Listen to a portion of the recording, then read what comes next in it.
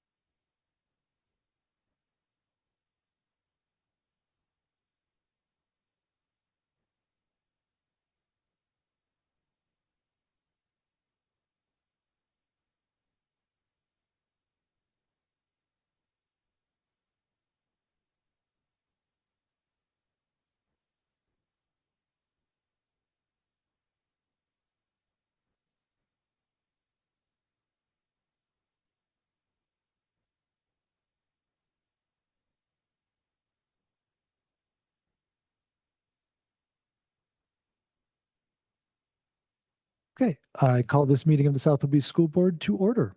A couple of quick reminders as we get started, but first we'll turn on to the land acknowledgement.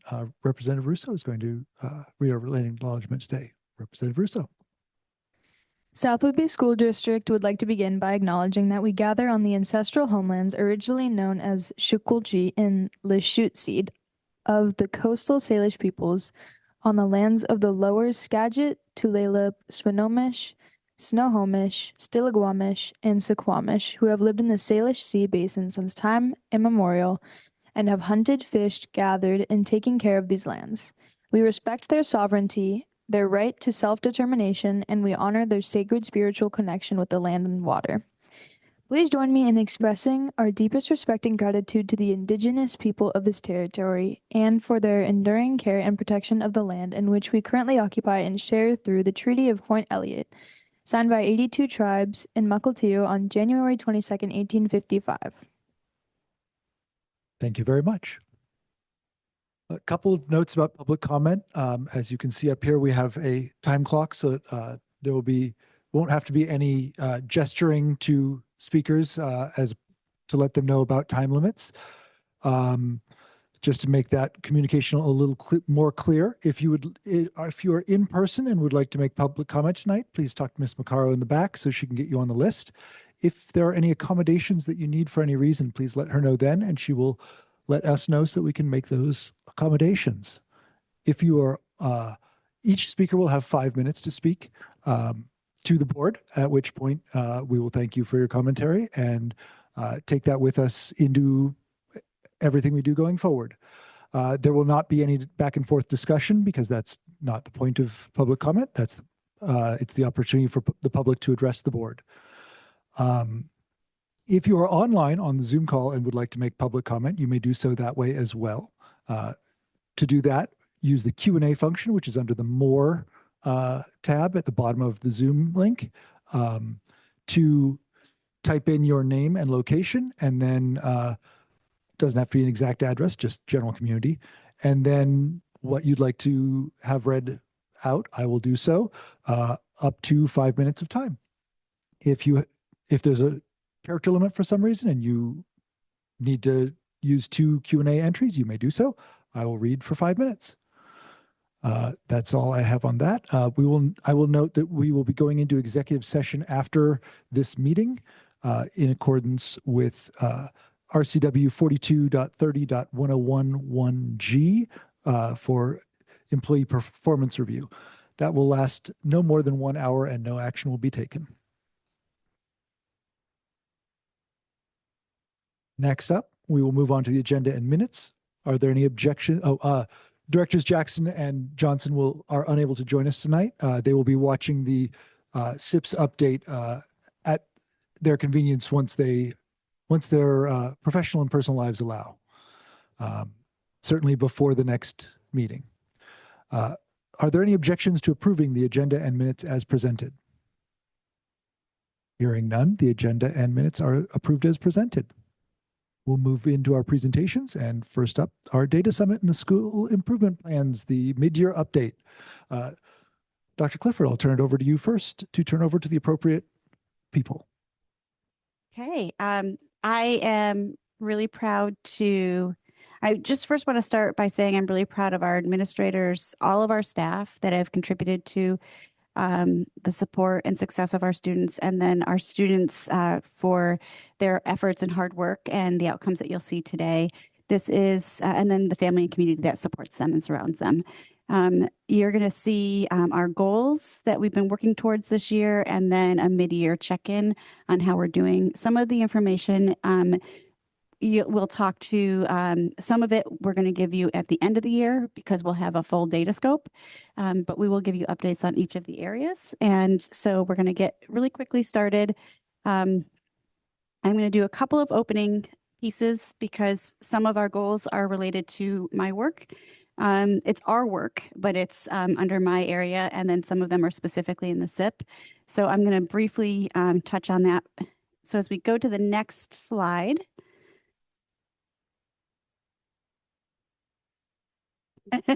I think it needs to be pointed towards Christy in her computer, I think.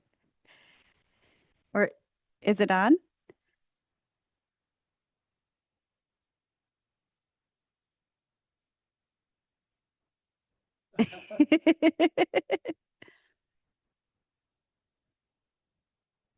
Oh, there we go. Okay, can we go back one slide? There we go. Okay. So this is just a reminder that we have our district goals, and district goals also and the school improvement plans are connected. And we have two goal areas that are directly going to be are directly implemented and applied in the school improvement plans from the district goals. And then the remaining district goals are designated district work. So we're doing it all together. And if you really quickly click on the district improvement plan linked in at the bottom of that slide, I'm not going to go through it, but I want to open it really quickly.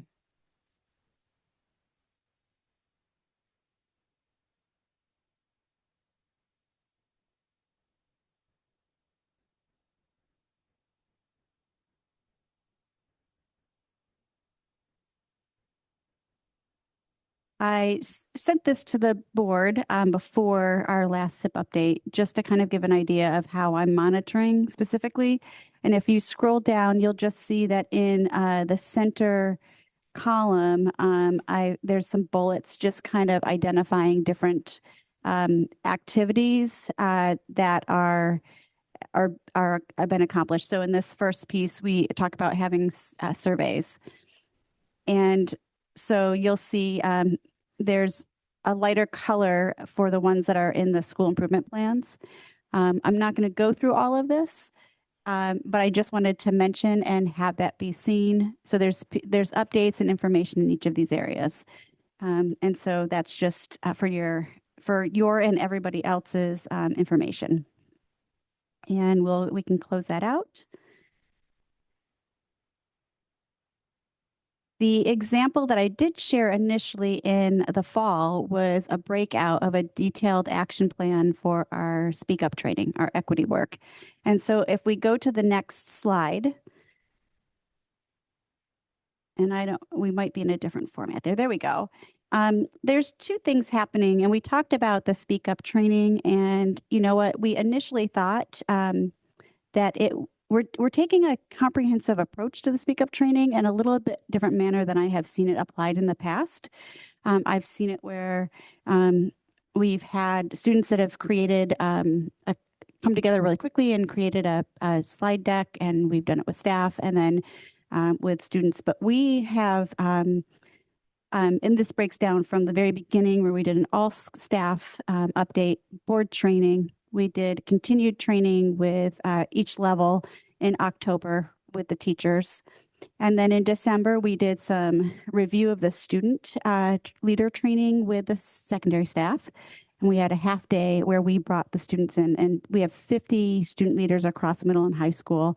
And so in December, we had a half day, and we just started unpacking and having conversations around our current realities in our schools and questions and concerns, and kind of trying to ground in our why and a little bit about the Speak Up training and the strategies.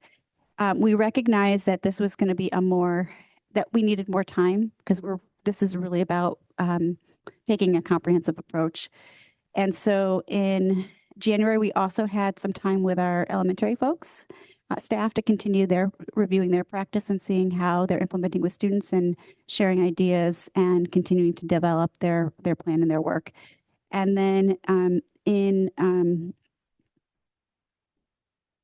sorry, I'm going to bring this up so I can see it right on my computer. In February, we then brought in a secondary planning team. So we had 3 middle school staff members, 3 high school staff members, and then the admin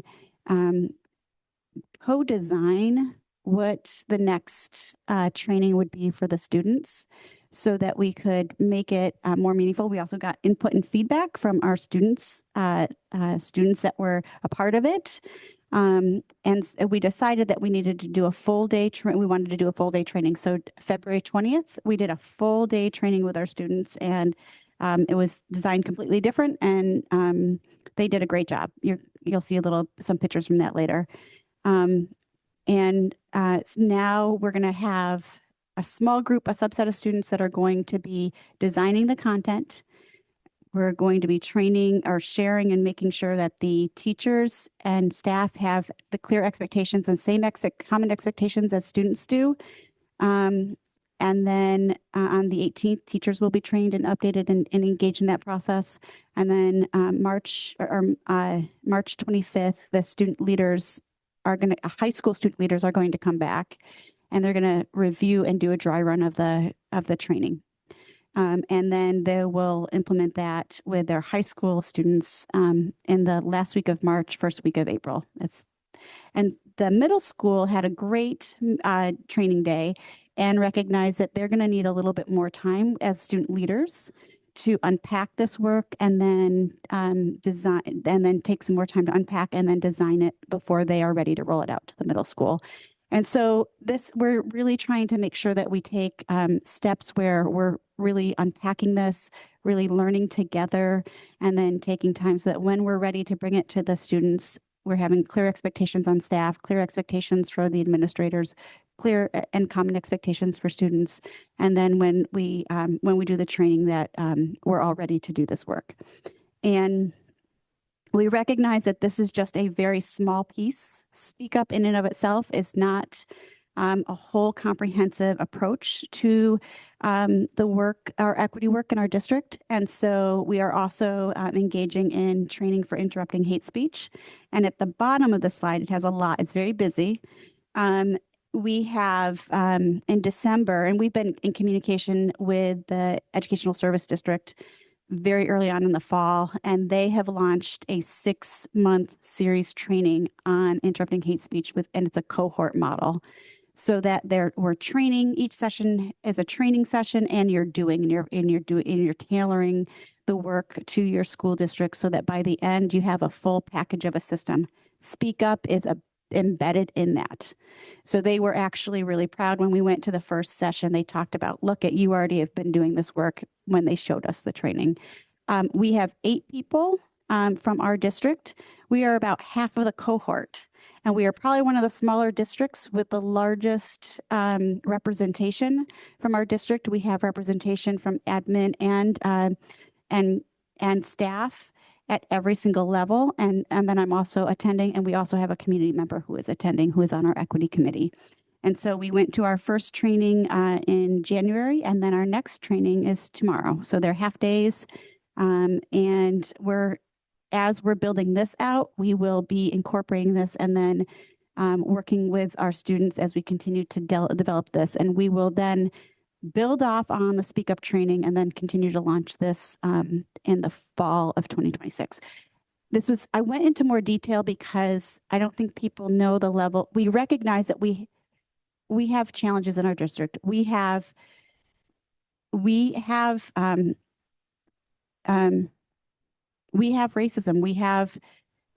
We have harmful language and hate speech related to students gender identity, religion, sexual orientation, disability. We, like every other district in the state and in the nation, have challenges, and we recognize that. So it was important that we share that we've not only taken some steps to do the work, but we're intentionally taking comprehensive approach. And this is larger than what we originally planned. And we've adjusted our budget to respond to the changing and evolving way that we plan to implement this. So I just wanted to make sure that we shared that. And then you're going to see a little bit of some of this information sprinkled in throughout the SIP plan. So I'm going to hand it over now so that you can see both social, emotional, academic, and other aspects of the work that's happening in the schools. Slide, please. Good evening. This will be the high school update. Our two goals, as you know, that we've done for several years are we have a social emotional goal and obviously an academic goal. So what I shared with you in the fall, basically, can you go back a slide? Or there we go. Okay, thank you. I shared this with you this last fall about what our activities would be, strategies for social emotional learning, 5 basic key components, forefront and speak up. Dr. Clifford talked a little bit about speak up, and I will hear later too, our LSCI professional learning with Sarah Dominguez, our culture of care meetings, our courageous conversations. That's something we got from our CEE survey way back when, something to focus on. And I believe that's also a district goal. And staff culture survey, Principal Phillips and I think Principal Richards also, we did our own survey. And those results will all be shared out in the spring, along with our student wellness. I think we have a data forum again for that information. We'll go more in depth. Slide, please. Okay, so where we're at right now with our goal 1, social emotional key results, our training participation. So 100% of our staff completed required Forefront. Forefront is our suicide prevention training model. And again, we are, I don't know if I forwarded the videos of our students actually doing training videos for not just our district, but across the state. So that's really cool to see. So 100% of our students and staff have had that. Students had it in a class room, not during advisory, about a 45-minute training. And I talked to Mr. Prale today, one of our counselors, one of our staff members who's in charge of that. And it sounds like we may tentatively be planning a day of hope on May 13th. So I'll post more information as I get that. Staff confidence. So coming out in our staff survey, 74%, and I'll show you the numbers here later, 74% report feeling quite or extremely effective in their roles. And again, this is the first time we've done our own survey with our staff, at least in this vein.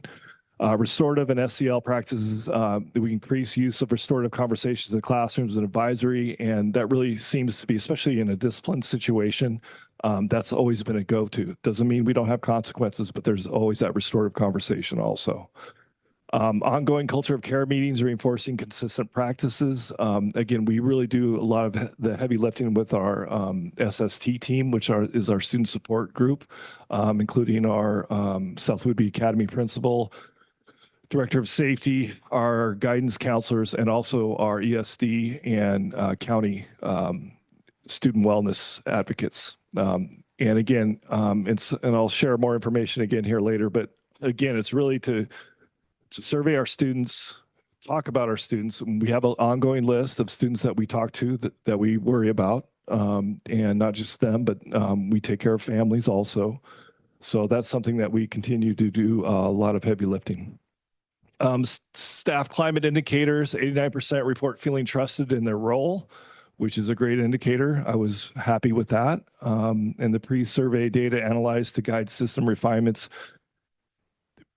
basically where are we at, and I'm going to show you some examples with our staff is culture of care, but also the climate, having courageous conversations. And I'm going to share, we did have a great staff meeting, and we talked about some things that were needed some help and needed some fixing in our school, and we all made a commitment to changing that. And so beginning of second semester, we instituted that, and it's been working really well. Next slide, please. Falcon advisory sessions implemented regularly. We don't do it every week like we used to. We plan with purpose, focus on belonging, empathy, and peer connection. Something I think we're lacking right now is we need to have more student celebration, honor students for various achievements, or just have a advisory where we can feed them and have fun. But that's something the students, I'm working with a couple leadership students on. And again, I think it's a good idea, some more positive energy in our school. Student leadership, peer delivery, again, forefront and speak up. And I have to just reiterate about our last training Friday with our students. Again, we had 56 through 12 students and 5, 6, 7 staff members. And our student engagement and enthusiasm was incredible. It was awesome. And I really think they're taking ownership. And I think, as Dr. Clifford mentioned, next week, next Tuesday, Tyler Stelling and Sean Olson, our high school staff members who are liaisons for this, are working with our students to actually plan the delivery model, the lesson plan to all of our students for Speak Up. And I think that's going to be very powerful, especially when it comes from students and it's created by students, delivered by students. To students. Let's see, where am I? Restorative practices, we talked about that. Student data monitoring, and I'm going to share this information next couple slides. 198 responses mid-year. And again, it's, do you have a trusted adult? Do you have a friend you can go to? Do you have a trusted adult outside of school that you can go to? Those 3 main questions, and I'll show you the results of that. 94% report having a friend of school, which is good. And again, we go through these, especially the SST team. And if there's students who say no to 2 or more categories, we will meet with them and connect them with a staff member or try to get them involved with clubs or other social arenas for those students. So again, that's been a great identifier for us throughout the school year. Tier 1, Tier 2 supports. Sarah Dominguez, that comes in and helps us, our staff. She comes in, she works, and what she does is, it's great because she gives us our staff scenarios about if a student acts up a tier 1, tier 2 behavior, how do you react? How do you de-escalate? That's what it's really all about, is de-escalation. Next slide.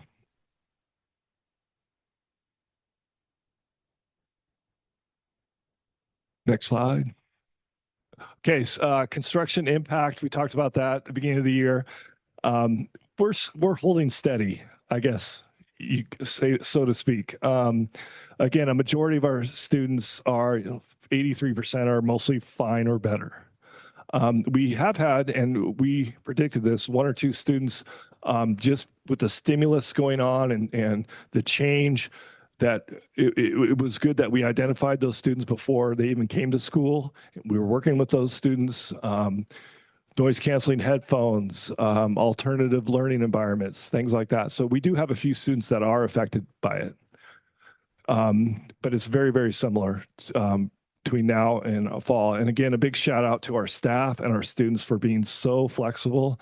Had to talk to our construction guys a couple times. The noise is a little loud right next to a classroom. So, and John Prada, who you met a couple weeks ago, has been great in response. So anytime there's an issue, I just text and we'll shut down the noise. Next slide. Okay, this is the friend peer connection. Do you have a friend from school you can count on to help you? And it's 1% higher. Again, if you look at our N is lower too this time around. So that could be maybe a reason also for the changes, but not a great significant impact of different percentage. Next slide. Trusted staff member, 88%. said yes in the fall and only 85% in the winter.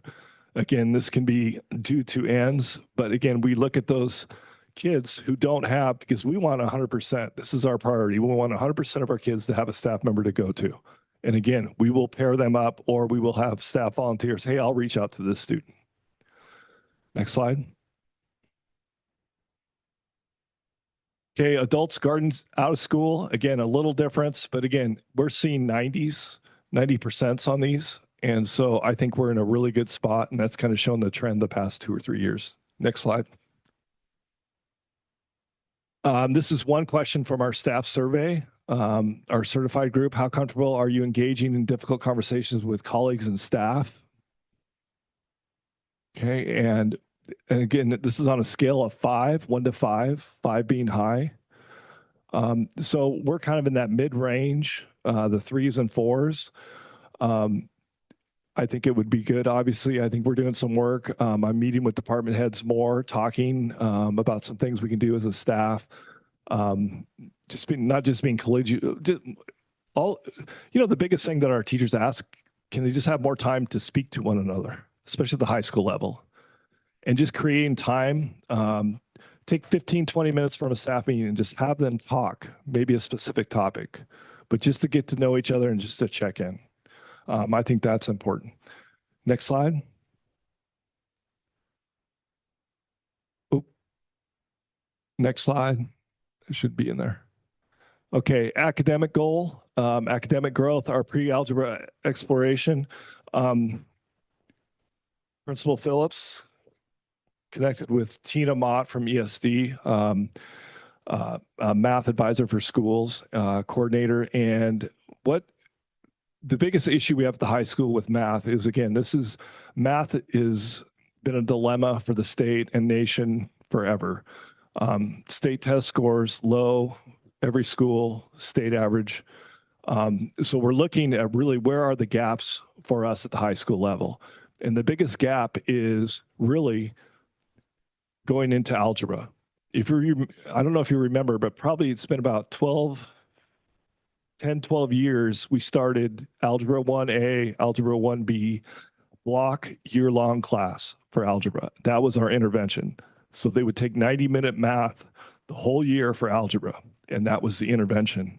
Well, for whatever reason, that is now the norm for our freshmen to take. And we also, aside from that, we have students that aren't prepared and ready for algebra, and it's a mixed group. It's a group, probably about half aren't from our district, are new to our community, or they're from another local school, not quite prepared. We do have some assessments to place them, but we're just seeing the skills just aren't there for math for some of those students. We do, of course, have our special education students who might have a math IEP. We're looking at in our actual resource room math model, we're going to hire a new special ed teacher. We're thinking about tweaking some things where we actually have direct instruction for math in those resource room classes. And really emphasize that. And also we have some freshmen who, and I'll just be real, who just aren't engaged. Don't know how to be a high school student yet. So is it a math problem, or is it just being a student problem? So there's kind of two ends to that we're exploring and looking at. So that's something. And Tina, I think, is coming March 12th. I'm going to say March 13th.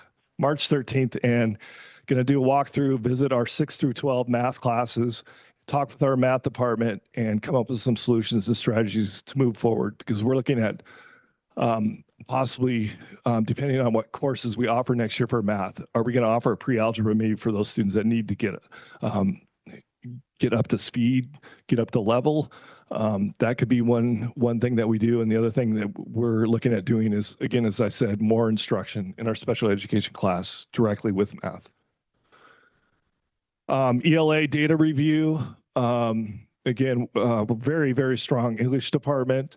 Working with our middle school folks also, 6 through 12, scope, sequence. Math and English are the two areas that I really focus on, because to me, those are the two classes where if you have success, you're going to have success in other classes also. So again, that's something we look at. You're not going to have data till spring for SBAC, SAT, all those tests, and I'll share that in the spring. We talked about vertical alignment, instructional tech integration. Amanda Workman is our new tech TOSA. Amazing. I want to take credit for that hire. Can I take credit? It's just been phenomenal. The organization and the resources she provides our teachers and staff. Again, just an excellent hire, and we absolutely love her. Okay, next slide.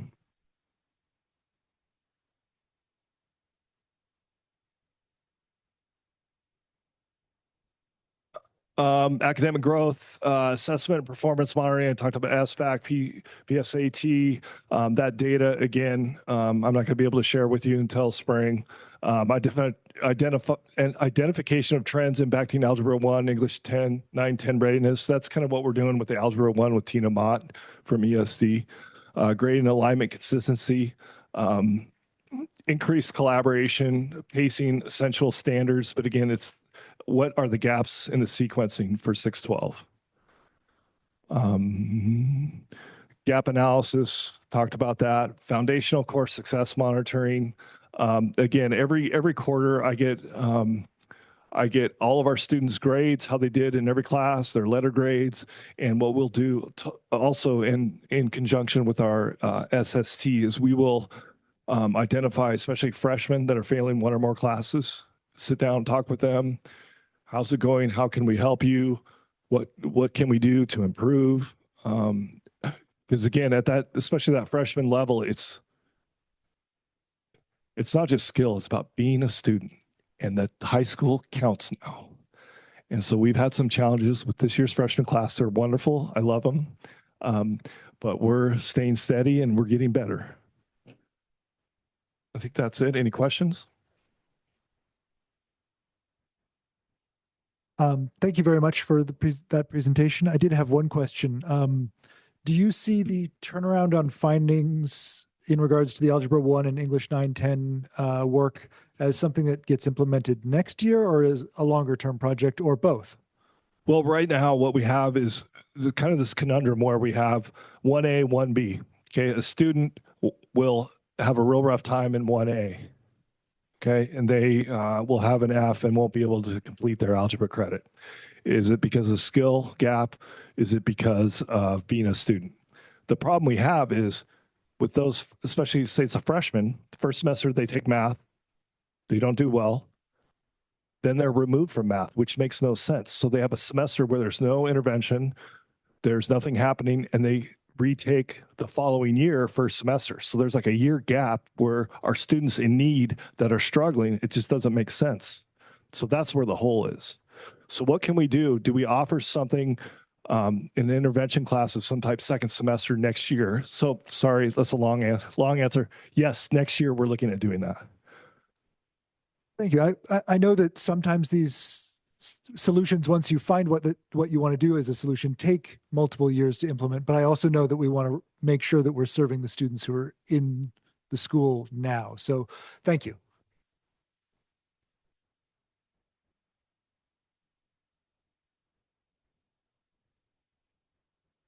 I think that's it. Next slide, please. This is just a combination of our middle high school approach to that gap analysis work, just a timeline for just in the next couple months. And then what we'll do with that information after we have done these three sessions will be driven by what we uncover. So as Mr. Patton was mentioning, we have Tina Mott. We've met with her and we've started, our instructional council has started a K-12 curriculum audit, which serves this to look for how it's going to support our analysis. In March, Tina Mott is coming. She'll do an all-day observation of middle and high school classes to give us feedback so she can be informed as to what she's seen and what we need to do. And then we have a curriculum mapping day with her set for April. I think I have the power.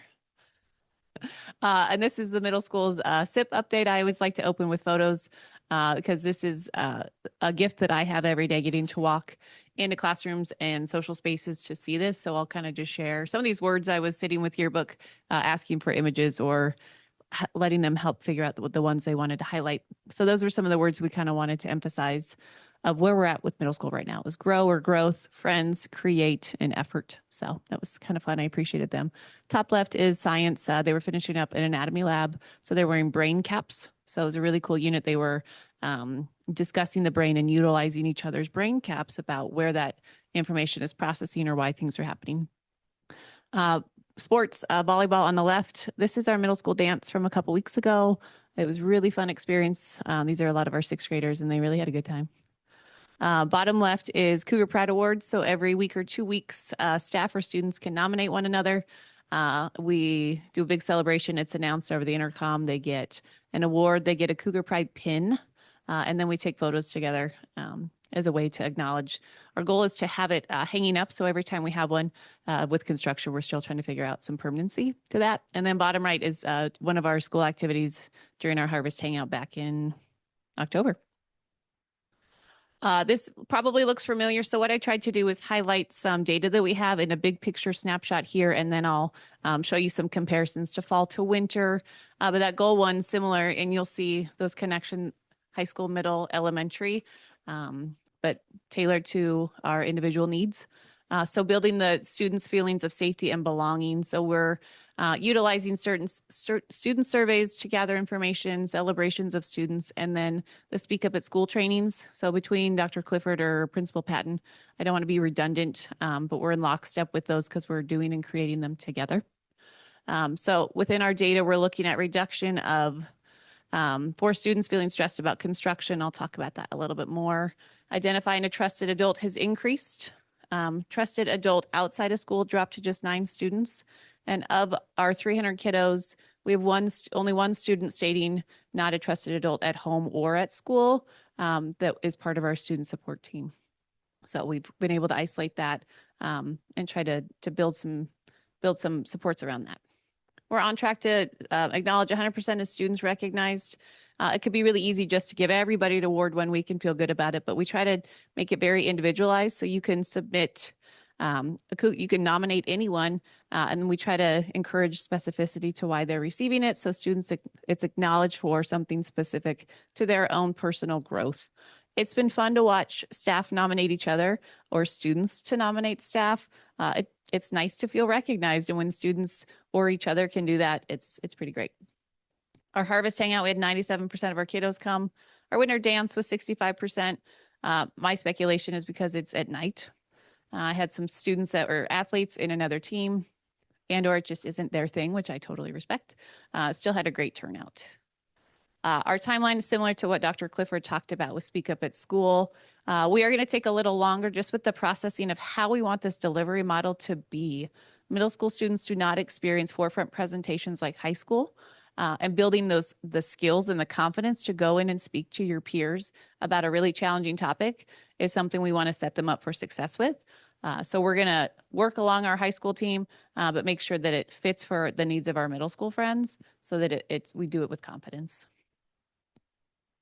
So here's that, similar to Mr. Patton's, the construction impact. On the left is fall, winter was last week is what we're looking at. So we talked to most of our students. I think there's 4 total that are in that pretty stressed area. The middle school has had less impact than high school so far, but it's really interesting to gather what is the impact right now, or what are you noticing? What questions do you have as we anticipate next year? One kiddo was the locker rooms we've shifted because the construction has started there, and they were only accessing it through one point where there's a different point. And once we said, oh, well, here's actually a more direct route, it was a quick conversation just to help alleviate that stress of, so that locker room's closed. I need to get to that one. What's the best way to get there? So those are some of the conversations we're trying to have with students about construction, its impact, noise-wise right now. I think PE is probably our most impacted, but we do anticipate some things as we continue along with progress. That trusted adult on campus. So we compared the two, fall to winter. As a staff, we looked at the 5 students that have not identified a trusted adult in both fall and in winter on our survey. So as a collective, we looked at those and we looked at what period we have them, ways we've connected, what we new strategies to think about how we help to engage them with and find a trusted adult on staff. There were some that we were like, oh, I thought I had a deeper connection with that student. So giving some time for reflection of what do I need to do in order to allow for some openness for myself for that student so that they can identify that. So it's a really nice reflective piece for us to make sure that we are aware of those students and trying to deepen our relationships. Also reviewing their comments, there's open spots there that allows them to share and shout out to staff or coaches, and we try to send those along so that it just reaffirms to people you're being recognized as that. We thank you for it and to reaffirm the good work. So our data is growing in the ways we want, but we're still trying to get more students to identify a trusted adult. So part of that is we ask the next question is, we know that middle school is so important in the lens of peer connections. Do you have a friend or somebody on campus? As of now, we had 4 that said no. So we've talked with them and we've expanded our clubs this year. We've got, I think, 6 throughout the week. So talking about if any of these interest you, if not, could we start one just as a way to help them connect in that sense and give options, or thinking about classroom strategies of who might be a good peer to pair them up with for activities or things so that that social part is still, they have the opportunity, whether they identify them as a consistent friend, is that's up for them, but at least we're trying to facilitate those opportunities for them. Staff are aware, so we're looking at how we can get creative with supporting that. As a middle schooler, I think having 4 out of 300, in this case, the number of kids who surveyed, I think that we're as continuing to foster those positive peer connections. We, as part of our staff work with Speak Up at School, our staff has had 3 trainings. So this was after our second training, we had our opener in August, one in fall, and we were surveying staff about how do they feel about it, because our feedback along with our students and each other is if all of us are not bought into this, it's going to crumble. So what do we need to do?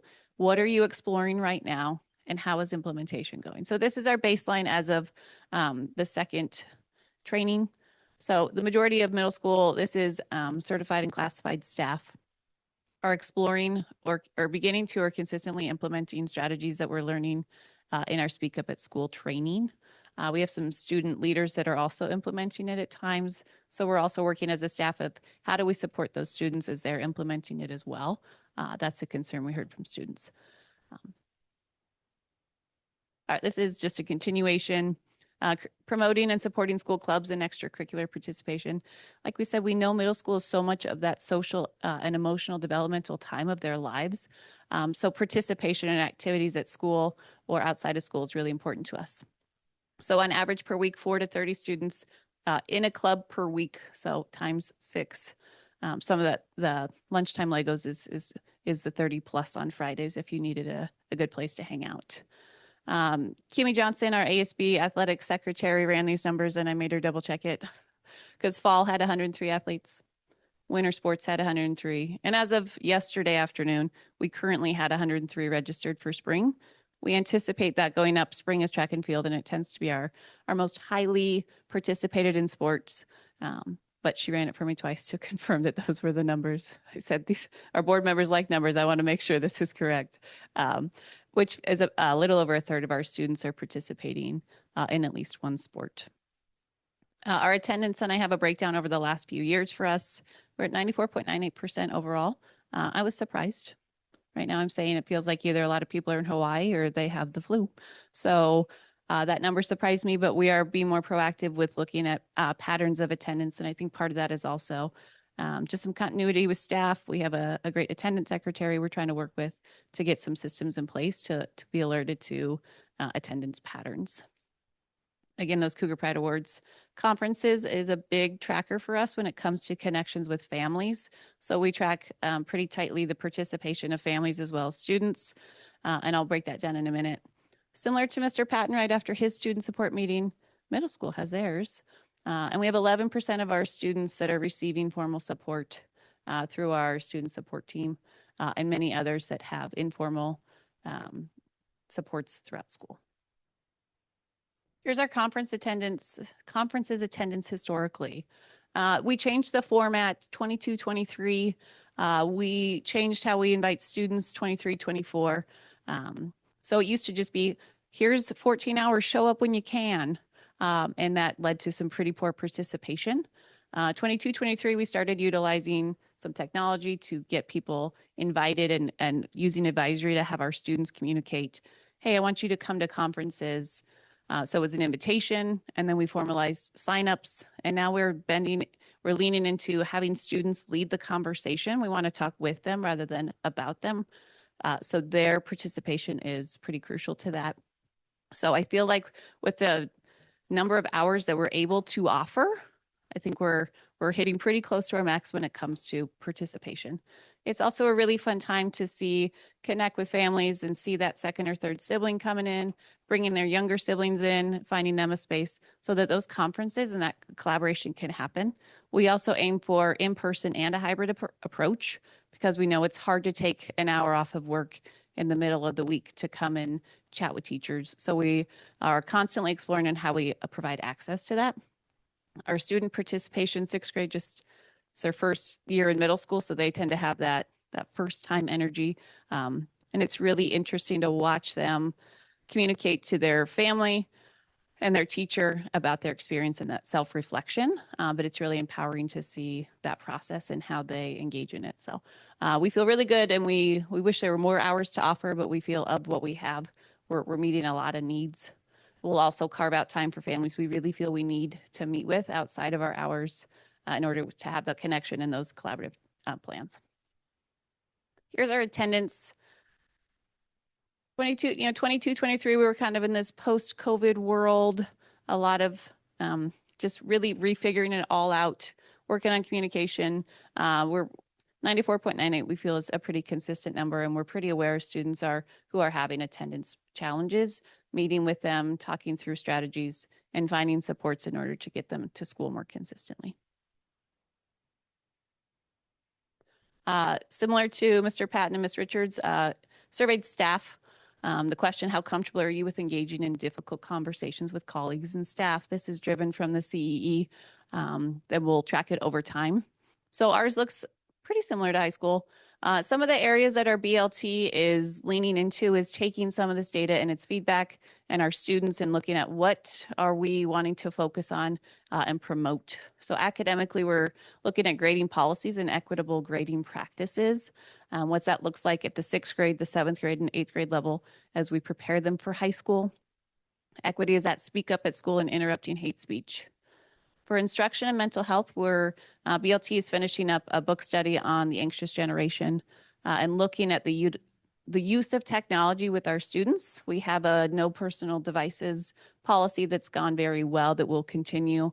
And then thinking about our instruction as well as mental health and well-being when it comes to technology and our role in that. For example, the Chromebook, and how do we utilize it, but how do we also utilize other mediums? And then universal agreements that support student understanding and clarity. One that we've reaffirmed with each other is teaching bell to bell, which sounds like that should be easy. But when your bell schedule changes because it's a Wednesday or Friday's advisory, we can get forgetful. So just reaffirming to each other that we are teaching from bell to bell because it mitigates challenges in the hallway and a lot of other things, and it maximizes our instructional impact with students. So that's one that we as a collective just are looking at. How do we do this together to support students? And then I think the instructional one with our technology is going to be a longer one with our new tech TOSA and our team, just really digging into what's going to best serve our students. Academic growth. Here's some photos for you. There's some students in that lab. This is 6th grade ELA. Our science teacher, Mr. Broderick, students had to run their own experiments. So they got to be the scientist, kind of the Bill Nye of the classroom. And they were that was one day I was in there, and it was really fun to see students getting to share their learning. And, it's always fun to blow something up safely and get that wow factor amongst your peers. Academically, just like high school and elementary, we're looking at math specifically, but as well all content areas, but math has a focus of ours. So we're working on that math analysis, looking at course offerings, using building thinking classrooms. All of our math teachers have some level of training or PD within that. It's a book, but there's a lot of PD around it. SBAC interims, SBACs will get scores in spring, but embedding interims so that students are aware of the platform, look at the concepts of questions, how they're asked, so they can tease out what it might be looking for. And then that PLC, for example, our staff met today working on that alignment from 6th grade to 7th to 8th. As I send a kiddo up to high school, as an incoming 5th grader comes up, we'll meet with our elementary friends soon to start talking about the social preparation, but the continuation of the academic. Similar to still working on our, as MTSS multi-tiered systems of support begins to unravel a little bit more, utilizing that as a staff for social emotional needs and academic needs to help identify students and look at interventions and needs that they need right now. We utilize iReady. I'll show you those scores in just a minute. Mr. Patton mentioned we have amazing technology, TOSAs. We have some trainings with them, and they're offering more based off what staff are looking for in their instruction. And then the interdisciplinary focus of math. I had a great conversation with our science teachers today about how they're supporting math standards and what that looks like. Math standards are getting updated, so starting to think about those from up here before they're here and what that might do to instruction. Here's our, on the left is winter, on the right is fall. So the baseline is the fall. So it's showing you tier 1 is at or above grade level. So we're up to 43% at the middle school. Tier 2 is nearing grade level. And then tier 3 is at risk, 2 or more grade levels below. On the right is the placement by domain, algebraic expression, measurement, geometry, and numerical operations. So as a staff, math as well as all departments are looking at the breakdown of this and how do we build these skill sets and what are interventions needed, what standards need to be looked at for how we're instructing to support this. I have a breakdown by those 4 areas, and then our annual typical growth, 83% we're well on track to have all students meet their typical growth goal. And then they also have a stretch growth goal in iReady. So 83% of students in 6th through 8th grade have met their typical growth, which is fantastic because we're not even 83% through the school year. Here's a breakdown by grade level. We utilize this so that all 6th grade teachers can look at how they are supporting this. Same with 7th, same with 8th. And then we break it down by student roster and look at how are we identifying students, what types of interventions, if they're below grade level, are they in an intervention class? Are they on an IEP? Are they in the process of that? Or what do we need to do in order to communicate to support these students? Reading isn't so much a focus as our SIP this year, but we've had a lot of growth. So I really wanted to just highlight the successes of our amazing ELA staff, as well as social studies and everybody that supports it. So 177% of middle schoolers have met their typical growth, which is pretty fantastic. We have the majority of our students, 55% are at tier 1, so they're at or above grade level mid-year. And that goes to the curriculum adoption, the alignment, and then the collaboration that our staff are doing in order to support our learners. And then our breakdown by grade level as just another piece of data that we use to inform instruction, to support students individually, and look for areas that we need to continue to target to support our learners.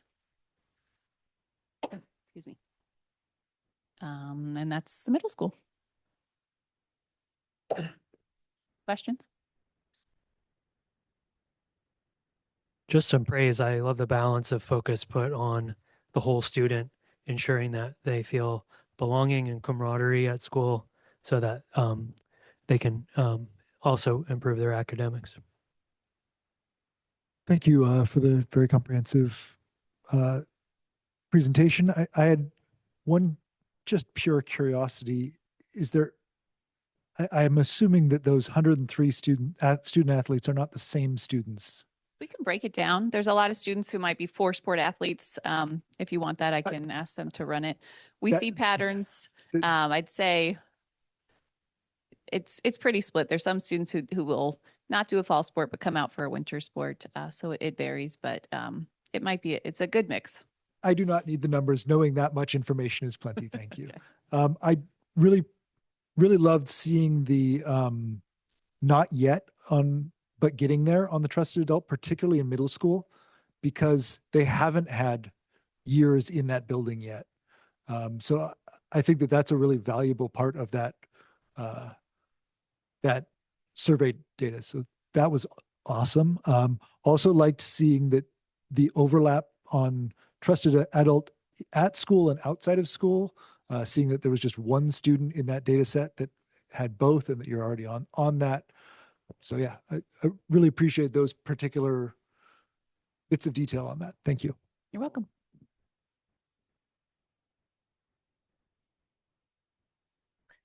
All right.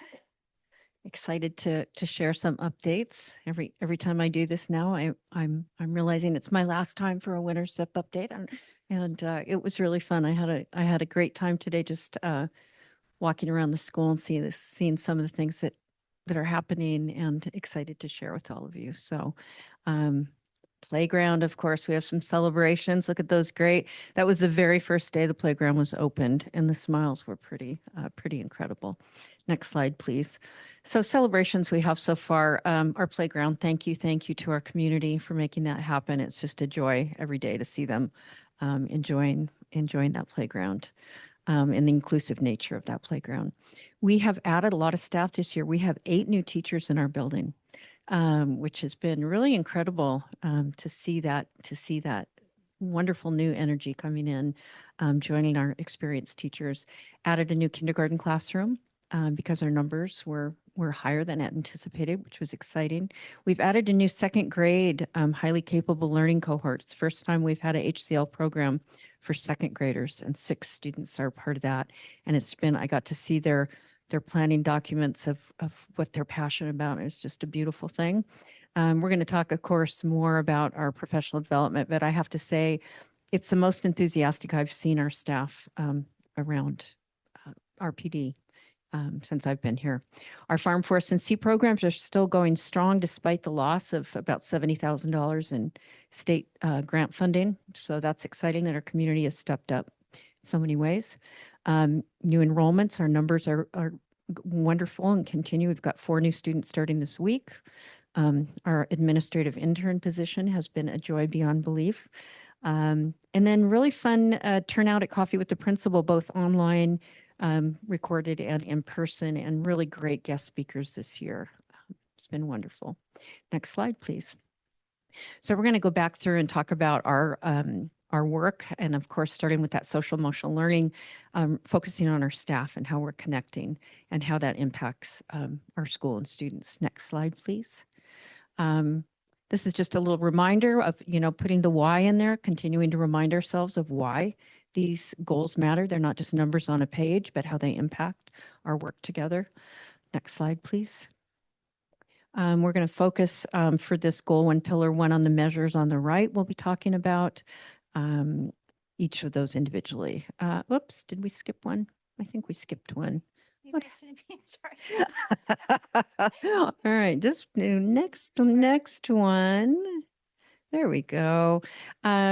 So this is again around staff. We're going to be looking at our post-survey results in staff comfort and competence, participation rates, and training sessions. We've just done the one staff survey so far, so it's baseline data that we're looking at. This particular, the Speak Up at School has been incredibly well received. Dr. Clifford kicked us off at the beginning of the school year, and it's continued to resonate with our staff. The other trainings, we've had 100% participation in our life space crisis, the Sarah Domingos training. Tina Mott has worked with our staff. There'll be 4 sessions total, and that's been incredible. I'm really having her actively involved and seeing the enthusiasm. Kristen and I are doing all of our observations in math instruction this year, and it has been awesome to see from ITK through fifth grade, that progression of how, and the hands-on math and the math games. Kristen will be talking more about that, but it's been a beautiful thing. And then we continue to do Amplify ELA training. In fact, today we had a training for our new teachers who started with us at the beginning of the year, and really seeing wonderful results. And you can see this baseline data. So this is just specifically about our Speak Up at Schools, how teachers are looking at implementation, and already we're seeing teachers 50% feeling that they're consistently implementing some of the strategies that they've used. And so we look forward to seeing that continue to grow. Next slide, please. I'm not going to go into this slide in depth, but I wanted to provide the board just some links you could see for where it says that our teachers are now really looking at, with elementary age students, how do we implement some of this work into the classroom? And so we've had grade level teams. We created a really, I like to think, comprehensive template. And so they're looking at how do we implement this work developmentally appropriately at each grade level for the Speak Up work. And if you have a chance to just click, I just left the fourth grade example, but you can see the targets that each grade level is working off of, and we're really excited about that work. And you can also see that exit survey, but I won't go into that now. Part of the exit surveys that we've done are also around getting feedback, and I just love the staff. I'm grateful that our district, from the top down, prioritizes and values a consistent message regarding a positive learning work environment and is willing to invest the PD to make it happen. And I just really appreciated that quote. Next slide, please. BLT, I tell you, our BLT is incredible. They've taken a lead in the Speak Up trainings. They've been working with our committee teams and taking leadership there. It's more than just meeting every 2 weeks. They really are stepping up into leadership roles. I've pointed out who those members are at the bottom of this slide. They're the ones that are volunteering to have Tina Mott come in and observe them in the classroom and math instruction, to have our behavior PD folks come in, and that's hard for teachers to have others come in and watch them teach, and they just have really stepped up in so many ways. So grateful for their leadership. Next slide, please. The next measure we're talking about is the staff climate survey. We've taken just our survey. We'll do another one in the spring. This is around that feeling of connection, support, staff appreciation, community building events. We're just looking at a couple tonight. We'll go more into depth in the spring when we have our pre and post data. But how connected do you feel to other adults at your school? I was a little surprised. I thought it would be higher, but then Kristen and I were talking the other day, and when you have 8 brand new teachers in your building, that's going to have an impact. And so we're continuing to work to support that sense of connection and collaboration. So on the left, we've just talked about a few of the things that we do. We have a really great committee that does, what do they call themselves? Do you remember?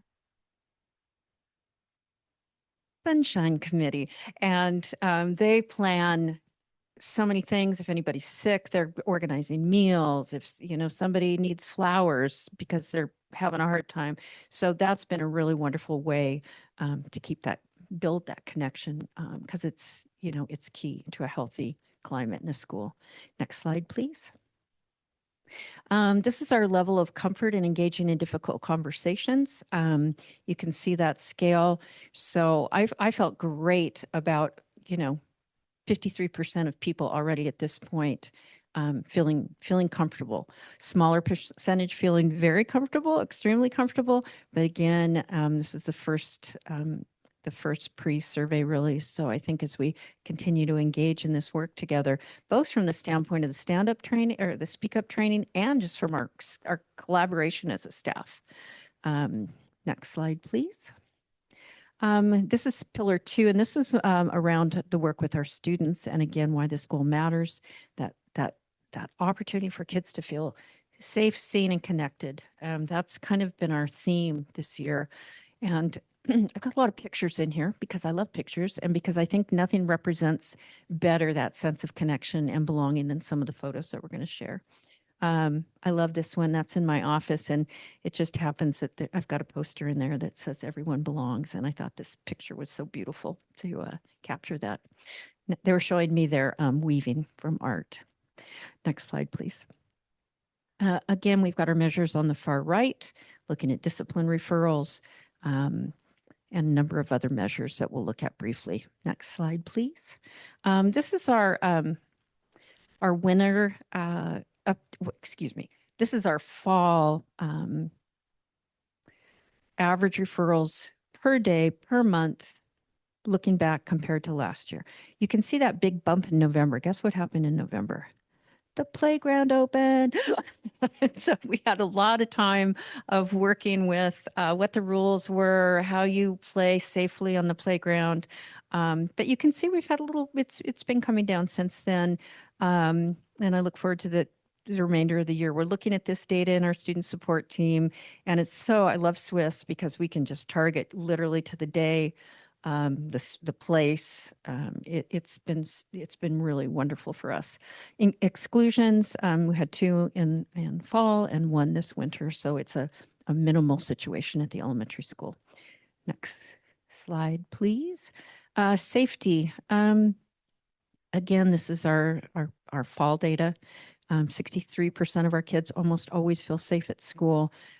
We've got that very small number of almost never, but we don't want any almost nevers, right? And so on the next slide, you can go ahead to the next slide. We talk about how we reach out to those kids, just like Kayla and John were saying, we reach out to those students who say almost never, meet with them one-on-one, and then connect them up with support. A lot of friendship groups are happening with Kathy Hine, and that's been a really positive way for helping to connect some of these kiddos, because that sense of connection and belonging is really, at the elementary school as much at middle and high school, is that feeling that you've got a friend. Everybody needs to feel like they've got a friend. But again, we've got work to do, but we feel like we're on that path, definitely. Next slide, please. This is around school pride, and this is a really fun one. And we continue to focus on that, as we'll show through some of our activities and events that we hold at school. School-wide events, leadership opportunities, engagement. 68% of our kids feel very proud of our school. And we continue to see that number grow. Next slide, please. School-wide events and leadership opportunities. So this is just as an example, kids who said, I'm going to engage in lunch and recess clubs this year. That's at the beginning of the year. We've actually had a really nice participation number. Down below, you'll see the numbers on our ORCA leaders. So anybody who wants to be an ORCA leader, anybody who wants to be in the ASB in grades 3 through 5 for 4th and 5th only for ORCA leaders and ASB, but that's a nice number of kids, and they're doing so much. It's just wonderful. Next slide, please. We've got a green team. Ms. Coda has started a green team this year. It's been awesome. Working hands-on, our Lego club, our Reading with Rover, our ASB students in the upper right hand, organizing our Veterans Day celebrations and recognitions. Next slide, please. Belonging, service, and connection. I am a huge believer in children having the opportunity to serve and give back. Nothing builds a sense of belonging like feeling like you can make a difference. Our MLK celebrations this year were just awesome, and we always do service. Every grade level does a service project as a part of our MLK celebrations. Next slide, please. That sense of learning being real, connected, and meaningful from an early age, that children have an opportunity to see how their learning is applied out in the real world, within themselves, learning to hula hoop, whatever it is. It's just so fun to walk our halls and see. And I love this is kindergarten in the bottom right. We are math thinkers. I mean, that is the language being used in the classroom from the earliest age. Next slide, please. This is a first grade service project. We have a lot of buddy classrooms. Every single classroom has an older or a younger class that they buddy up with. And this is an example of our 5th grade students who have culinary teaching our first grade students how to make muffins that everybody in the school got to have carrot muffins. They were delicious. But look at that, the joy and that sense of support, collaboration, connection. It's a beautiful thing. Next slide, please. And finally, our farm, forest, and sea continues to get kids excited and outdoors. Our salmon, if you haven't seen them, they're out in the aquarium. They've hatched. It's very exciting. So we just continue to provide those opportunities for our students in a variety of ways. And with deep gratitude to our community partners, Whidbey Communal Land Trust, Whidbey Watershed Stewards, Washington State Parks. Last week, we had so many park rangers in here. It was just awesome coming in and bringing their gray well skeletons and leading trail walks and all at no cost. It's just building those partnerships. Next slide, please. And with that, I'm going to turn it over to Ms. Coda. Multitask. So this is a reminder of what we're presenting here tonight. So this is based on the district academic growth goal, which we've aligned our goal to. I got it. Thank you.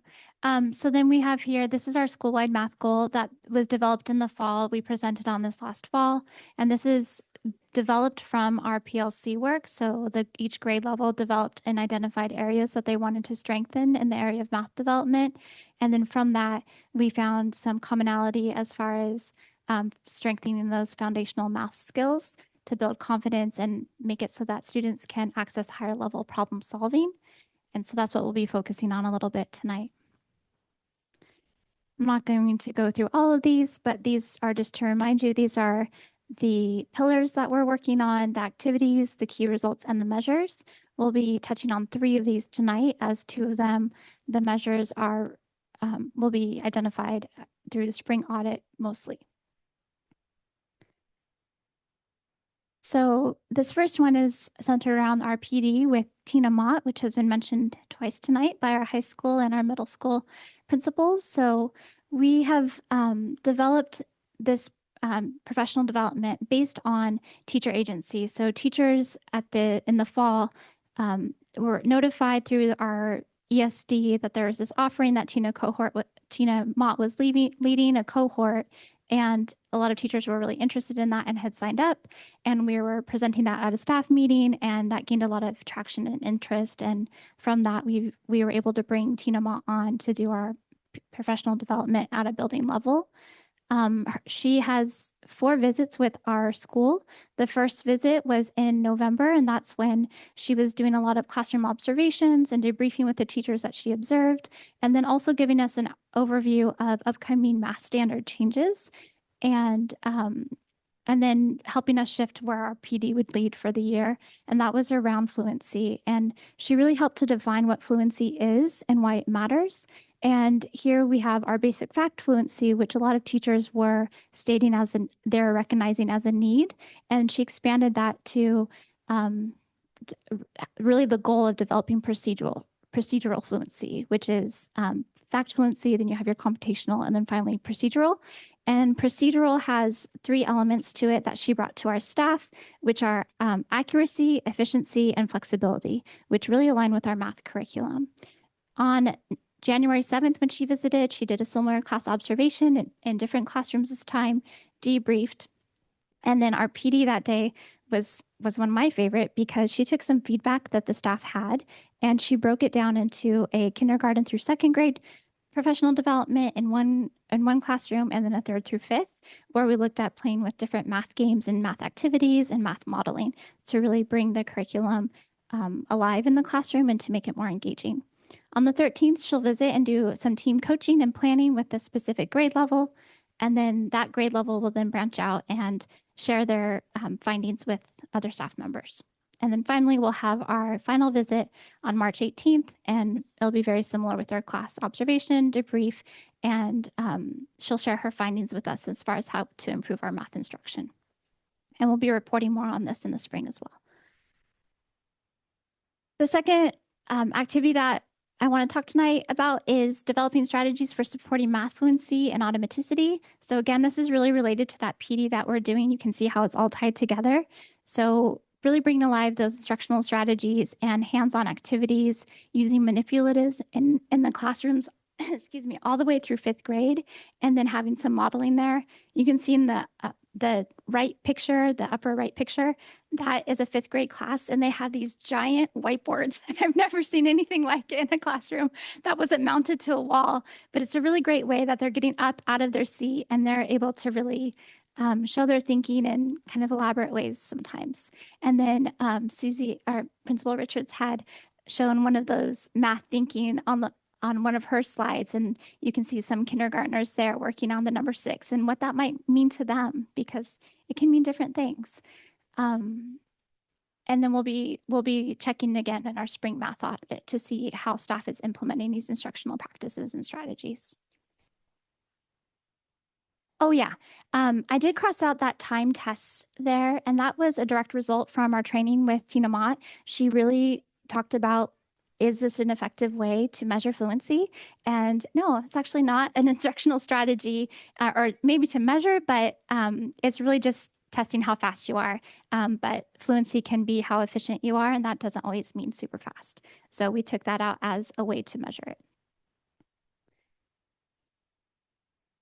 Moving on to the next activity, we're going to utilize our curriculum to support teaching strategies and engage students in their learning, which we've talked about before through this PD training with Tina Mott. So we're really looking at what is it we're doing with our curriculum and how are we leveraging it to really meet the needs of our students, and how are we using it throughout the school? What things are we doing that are similar, and where can we have some more alignment? So just using consistent adopted curriculum such as Math Talk or discussion. You might have noticed on a previous slide, it was around science, but the same kind of language of what do you notice and what do you wonder? And that's happening in most of our classrooms around math. And the goal is to move students towards grade level proficiency. And Kayla touched on that a little bit with the stretch and a growth goal. And so underneath student growth, I have an example of what that might look like. So you have students that might be below grade level. They, in one academic year, can meet their annual typical progress. And if there is a lot of engagement and support, they might reach their stretch growth goal, which would bring them closer to grade level proficiency.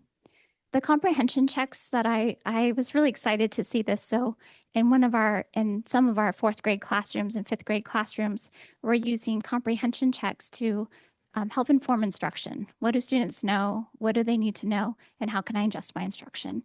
And so this is used pretty consistently in a lot of the classrooms.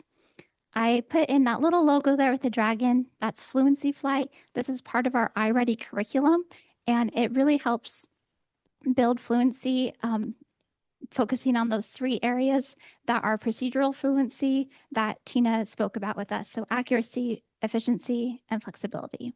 And then just that little not so great picture there, that is some of the curriculum material that we send home or send home digitally so parents can have a connection to what's happening in school.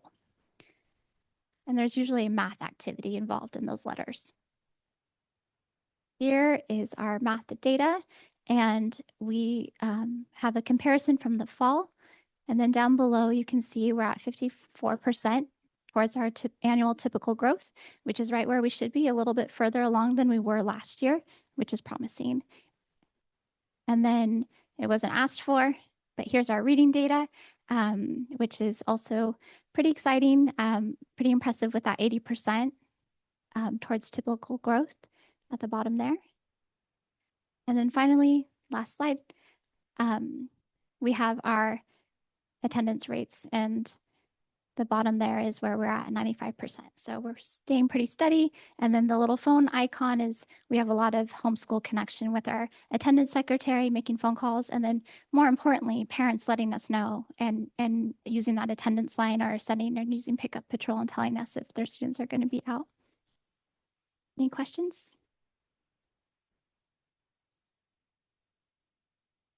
Had a wondering, I noticed that the numbers on the Staff Speak Up survey were the exact same between the last 2 buildings. Is that just coincidence? No, I updated the slide because I was like, no, I had more than that. So you are correct. If you have to refresh and go back to middle school, but yes. So I updated it as Oh. soon as I saw it. I was like, that one's not mine. So it's updated if you want to go back. Do you want me to go back? She has to, you have to refresh first for it to. We can Please start back at no. slide one and we'll. We're going to do it again. I love this data, but I don't need to hear it twice. Director Okay. Clifford, I already updated it knowing it's going to get published. Excellent. Thank you. I really appreciate the removal of time tests because And- personally, I don't care how long it takes for a student to learn a skill as long as they've learned it, and how quickly they can regurgitate the fact as long as they know how to do the work. Yeah. And I just want to say that's specific to an instructional in-class strategy as far as, show me how fast you can use your math facts. And Right. Tina's really encouraging us not to do that. Yeah. I really appreciate that, Thank you. particularly as someone who has a child who can be somewhat anxious over that sort of thing. I noticed the ELA scores, the progress in such fantastic numbers, and the math less encouraging, but still encouraging. Mhm. I'm wondering if that has to do with the recent adoption of the ELA curriculum in the elementary school, and if that suggests that it's time for a math adoption soon. Are you listening to our conversations? Part of our instructional council is looking at working with Tina and looking at instructional practice, fidelity to the curriculum, time given to math instruction first to see, is that the pathway that we need to go down? I just want to reiterate that we're in the audit that was done in the fall. We had staff assess how much time they're giving and how much time they're using on the curriculum. So that's that. Just building on what Mrs. Phillips said, it's about making sure that we understand and that we're intentionally leveraging the curriculum and our instructional practices to the best of our ability. And then if we continue to see a gap, then we will reconsider. Yes, please don't take this as me saying we should do a new math curriculum right now.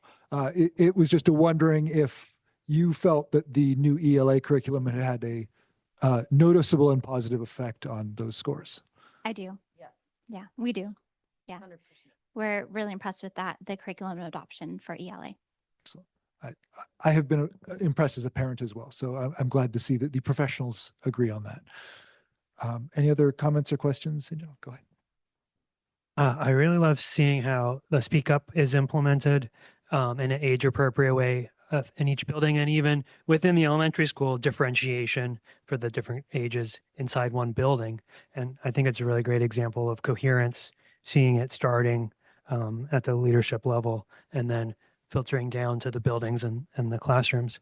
I'm curious if there's a plan for, as a baseline, to be able to to pull out of the discipline and the referral data the number of bias incidents, or I think that's broadly what we would call them, so we could start to see, here's where we are now, and then over a long time, because these things take a while to implement, if the Speak Up is effective at reducing the rate of bias incidents. I'll start and then I'm going to hand it back over to the staff. I think one of the things that we're doing is calibrating on our discipline as discipline incidents come up and situations come up. We're calibrating on how we're recording those, especially harmful language and hate speech. So that's part of the interim hate speech. There's a hate speech policy, and we'll also review a discipline matrix around that. So we will continue to recalibrate and refine to make sure that we're accurately reporting. Not accurately reporting, but consistently reporting in a consistent manner, so that our data that we're looking at can be provide us with a baseline. And then as we do that, we will be able to sort through that data. And I'm going to hand it over to the staff in case they have anything else they want to add. I think I just would echo what you're saying. Currently, we don't have a category for that. We have, inappropriate language or disrespect, but I think that's something that we could add so that we have data to track over time. As middle school, we're utilizing a new reporting system with staff and tracking how it's recorded and then debriefing is that still relevant after the investigation? So this year's kind of our most steady baseline. So in a year, we'll be able to do some comparison to see it. So yes, hopefully. I wanted to explicitly invite the student representatives if you had any comments or questions you wanted to put forward. I know that you're always welcome, but when it's quiet from that side of the table, I always want to make sure that it's an explicit invitation. Yeah. I'll just say I really appreciate hearing that the surveys are actually taken into consideration, that there's action being made when students say they don't have like someone to reach out to or a friend to connect with. So I was just gonna say I really appreciate the fact that the surveys are being used instead of, oh, another survey, we have to fill it out. Like, so it's really nice to know that the data is being used and people are being helped. Can I turn that back on you for a moment? Both of you, how can we better communicate to our student body that they are being used without violating student confidentiality? I mean, I think it could be as simple as like just saying, like when we do them in advisory or something like that, just saying like this data really is looked at and is really used. Like I think it could just be as simple as that, because I think we don't get that in advisory when we take the surveys. It's kind of like, hey guys, sorry, you have to take another survey. So I think just something like, like this data is really important and we are actively helping the people who respond to it. So this is a question for both groups now. Would it be helpful to basically show the survey result portions of this, and would it be within bounds to do so? So would it be helpful to the students, and would it be within bounds of confidentiality to the staff? I'll talk. Something that came up too, and it's been a frustration of mine more globally, is communication to community, parents, guardians, and students, especially with hot topics, things that are maybe go sideways at the high school, maybe incidents. It's that balance of FERPA and sharing how we investigate what we do. And this is just one example of many that's a great point, Lulu. I just laughed with Kayla during COVID. It seemed like we had a survey every day. I know our kids got survey fatigue. But yeah, I think it would be very important for our students to know that. And again, it's something we're working on, communication with our students, community, and guardians. I would also add that, Lulu, your, recognition of like, hey, I didn't know this information was used this way is a consistent aha moment for a lot of student reps. Because we have always taken into consideration the feedback and the survey results, and it is intentional. It's part of how we drive the goals, the pieces of the district.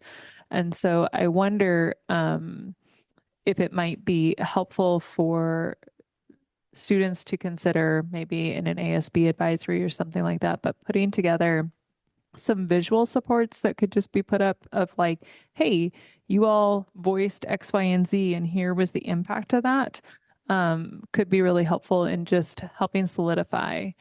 Because there has been many a student rep who has said, I'm going to tell people like you actually listen to the surveys. And clearly we're not getting it communicated in the way we were intending. So maybe that might be something that leadership could look into, of how do you communicate it in a way that students hear it? Yeah, so thank you. That was another one where it wasn't an immediate answer I was looking for. It was just something to start thinking about. You had something? Oh.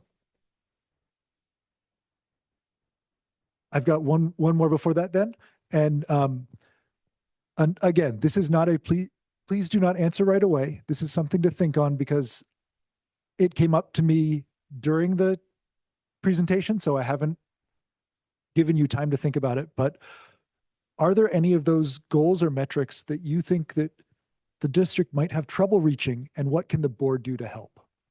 So please don't need an answer right now, but just to think through and then filter back up through the chain so that we can know how we can help you reach some of those more difficult goals.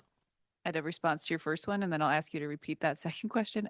We've talked about that of how do we give them the feedback, because sometimes we pull one-on-one to say, hey, we got your feedback. And our concern is they're not going to answer with honesty because they don't want to be identified and have this pull-out conversation of, hey, who's your trusted person? So it's this balance of the general population knowing that we take it seriously, and then the finesse of how do we help to give you what you need based off of your results. But I think maybe an advisory, here's some outcomes of what your survey results have done, and this is why is happening. I think that would be fantastic. And I think that we could help as a board to talk about what we've done as a board based on survey results to help with that. So if that's something you want to work on and it would be helpful to have input from the board on, please let us know. And then you wanted that question again, which was, are there any of these goals or metrics that you think we might have trouble reaching? And what can the board do to help? Again, don't need an answer now. Don't want anything just off the cuff, just something to think about. What can we do to further support you? I'll push to the big picture of lobbying for funding. There's an anxiety of budgets right now. So that would be at your positional level. And I know you have recently been down there, so that would be a focus that would be appreciated. Specifically, I assume for professional development to support a lot of this stuff. I mean, in general, everything else too, but. Counselors, mental health, all those things. Yeah. Okay, thank you. You wanted to wrap up, Dr. Clifford? I just wanted to say that all of this information and data and the goals and the work is not accidental. It's by design.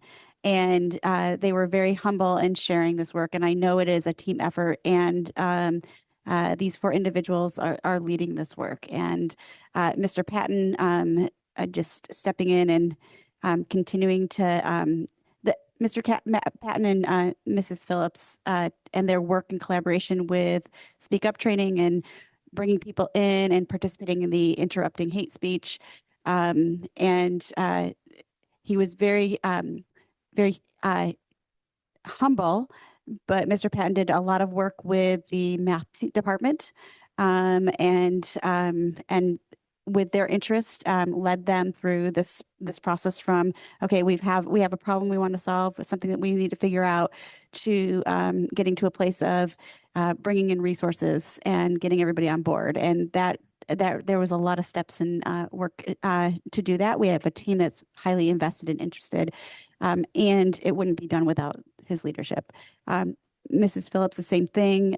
There's multiple steps. She's not only supported the middle school, but in her role as director of curriculum, has supported and facilitated and been the bridge to making sure that these resources are connected and available and in place, and that it's part of our not only plan, but then our budget. And Mrs. Richard and Miss Coda have not only been intentional about leveraging the resources, they've been really intentional about the buy-in with staff, and also that the exit tickets and the instructional connection and digging into that audit and making those in the through line. So I wanted to just really acknowledge that, because I'm just very proud of their leadership. I'm proud of the work that they're doing, and this work is by design. And we will always have work to do, and they are working really hard to make sure that we meet the needs of each and every student. Thank you very much. Yes, the expertise and leadership of the staff and admin team in particular does not go unnoticed in these. We know that this is a large undertaking, and we appreciate the time, effort, and brain power that goes into it. Anything else on the mid-year school improvement plan update? Okay, then I will turn it over to our student representatives, Representative Dom Russo, for the student board member report. Tomorrow, Mental Health Awareness Club is hosting a poetry and desserts fundraiser from 3 to 5 in the New Commons. So if you're looking to listen to poetry or just support mental health within our school community, that would be awesome to show up for that. And then spring sports start next week. There's a lot of excitement from people I know around track and tennis and soccer and golf and fast pitch and baseball. I know a lot of people are really excited to start their spring sports. And then, as a lot of people have been saying, we had the Speak Up training, and I was able to go to that, and it was really great for me to see how much students participated in that, and just everyone really wanting to share how they felt and being able to guide the conversation versus listening to things just being told at them. So that was a really great chance to communicate and collaborate for that. And also, the jazz band is going to Vancouver, BC for a competition tomorrow, so that will be exciting. At the middle school, they had their winter dance, and it was free for all students. And almost 2/3 of middle school students were in attendance. The knitting and crochet club has grown and through donations, and they have some great projects coming along. Students and staff can nominate a classmate or staff member for a Cougar Pride Award. And then girls basketball and wrestling seasons are underway and competing. And there's an away meet for wrestling and a home girls basketball game tomorrow. And then the current intramural is a pickleball tourney, and it's a great opportunity for students interested in movement or social environment after lunch. And all students are finishing up their grade requirements for high school and beyond plans and on track to meet their requirements. And then at the elementary school, they had a book love event hosted by Miss Brown, and a book was given away for every elementary student. And then they also had a Read Your Heart Out event where the school read with families and classmates. And last Friday, they had a glow party hosted by the PTA where students and families had tons of fun dancing and playing games. And it was a fundraising event that supported lots of fun programs at the school. And also, they will be going to the Pacific Science Center in March, and everyone is looking forward to that. Thank you very much. Any comments or questions on that?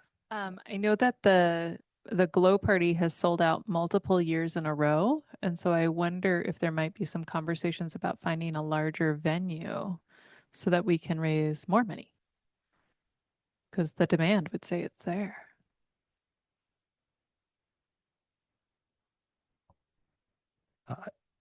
I just wanted to speak up about the Read Your Heart Out event. I was able to come in for that, and it was lovely seeing students and the adults in their lives and everyone else coming bundled up in PJs, bringing blankets and pillows, and just flopping out and reading or talking quietly in some cases, but just enjoying space with one another.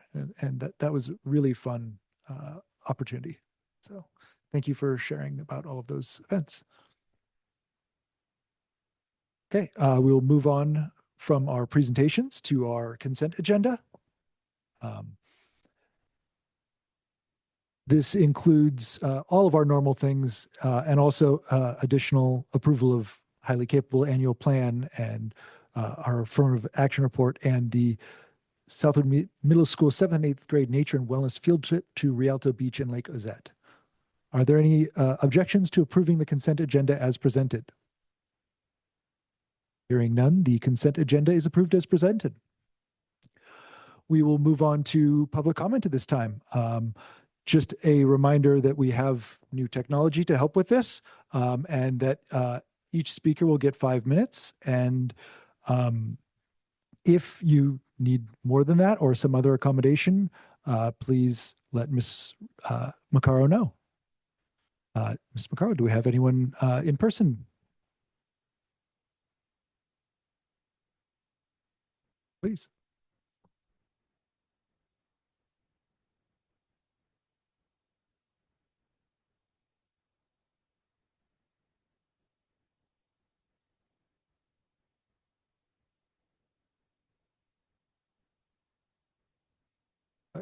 And let's make sure we get the button pushed on the side of the mic to get it turned on. Thank you. So those online can hear.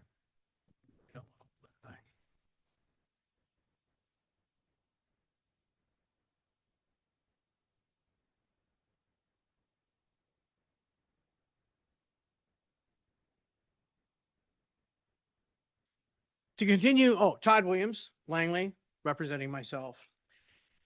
As I was saying before I was interrupted last month, the hootering that I've done with Jesse has done miraculous things. His ELA iReady scores went up 91 points. That took him from kindergarten up to middle of 2nd grade.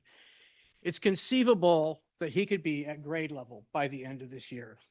But that was nothing compared to his WISC scores. His WISC 5 scores, excuse me, were centered around about 80. A few weeks ago, he tested again. He was at 100. That's the average, right smack in the center. To put that in perspective, his IQ went from 77 to 101.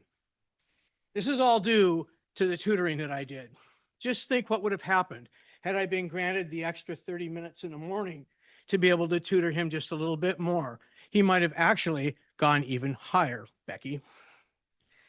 But instead, I was denied that because I was afraid that I was going to compromise my son's education. What Jesse just rolled out here is what we call the Famous People Project. It is 32 people who are famous, who have made their way. They've had ADHD, ASD, and dyslexia. But I really wonder if they'd have the same demeaning, inappropriate, even illegal actions taken against them as Jesse has had against him. Just last Thursday, as Jesse was coming in from recess, albeit late, albeit he was angry, he rolled his eyes, and the playground teacher looked at him as he walked in and said, "Fuck you." Tuesday, prior to that, he was in his class, and a number of kids in the back of the room were talking about teabagging. The teacher, instead of sending them to the principal to actually get that taken care of and get that conversation out of the classroom, explained to the entire class what teabagging was. This is the same teacher that says Jesse is alone. But in that same class, there's been a teacher accused of actually telling another parent not to have their kid play with Jesse because Jesse is mean to other students and rude to teachers. I believe that that type of conversation is a violation of FERPA. He's had written in his IEP, unfounded, with nothing to substantiate it and nothing to me, that he has lied, cheated, and stolen. He has 9 referrals. I'm afraid that this board is ignoring the type of actions that happen against these kids, and it very much frustrates me. I'm sorry, Greenherron, I apologize. I always stumble on your name. The irony is not lost on you telling me that I need to follow the rules. And 10 minutes later, you start talking about Remembrance Day for the Holocaust, a horrible time. But had 18.5% of the 70 million people before World War II that lived in Germany pushed back and fought the rules with Hitler, there may not have been a need for Remembrance Day.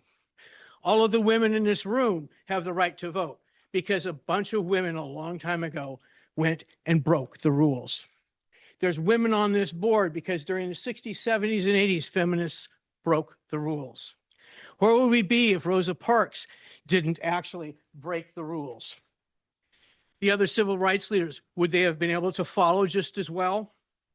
Would we still be fighting in Vietnam if 10,000s or tens of thousands of people hadn't broke the rules and protested the Vietnam War?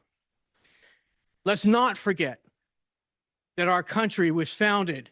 Our founding fathers did what? They broke the rules and made this country. Mr. Greenherron, I am very sorry. Mr. Greenherron, I am sorry, but I think you need to have a history lesson on what it means to break the rules.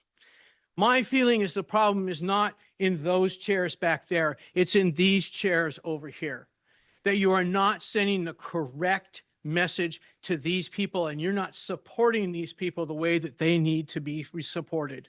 I've been in too many of these meetings where people have done congratulatory backslapping and they have thrown out insular rules to keep the parents and the children from talking to you and having you be part of this.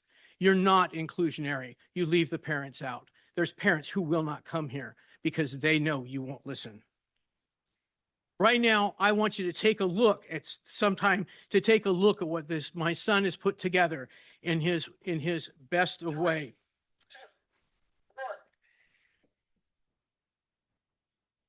These people would be hidden in your group room, labeled as SPED. Sorry, I was 7 seconds over. Thank you for sharing that, your experience, and Thank you for bringing this project in. I did have the capability to see it on the walls of the school here, and there's a whole lot of really good work that went into this. Thank you for bringing it in to share.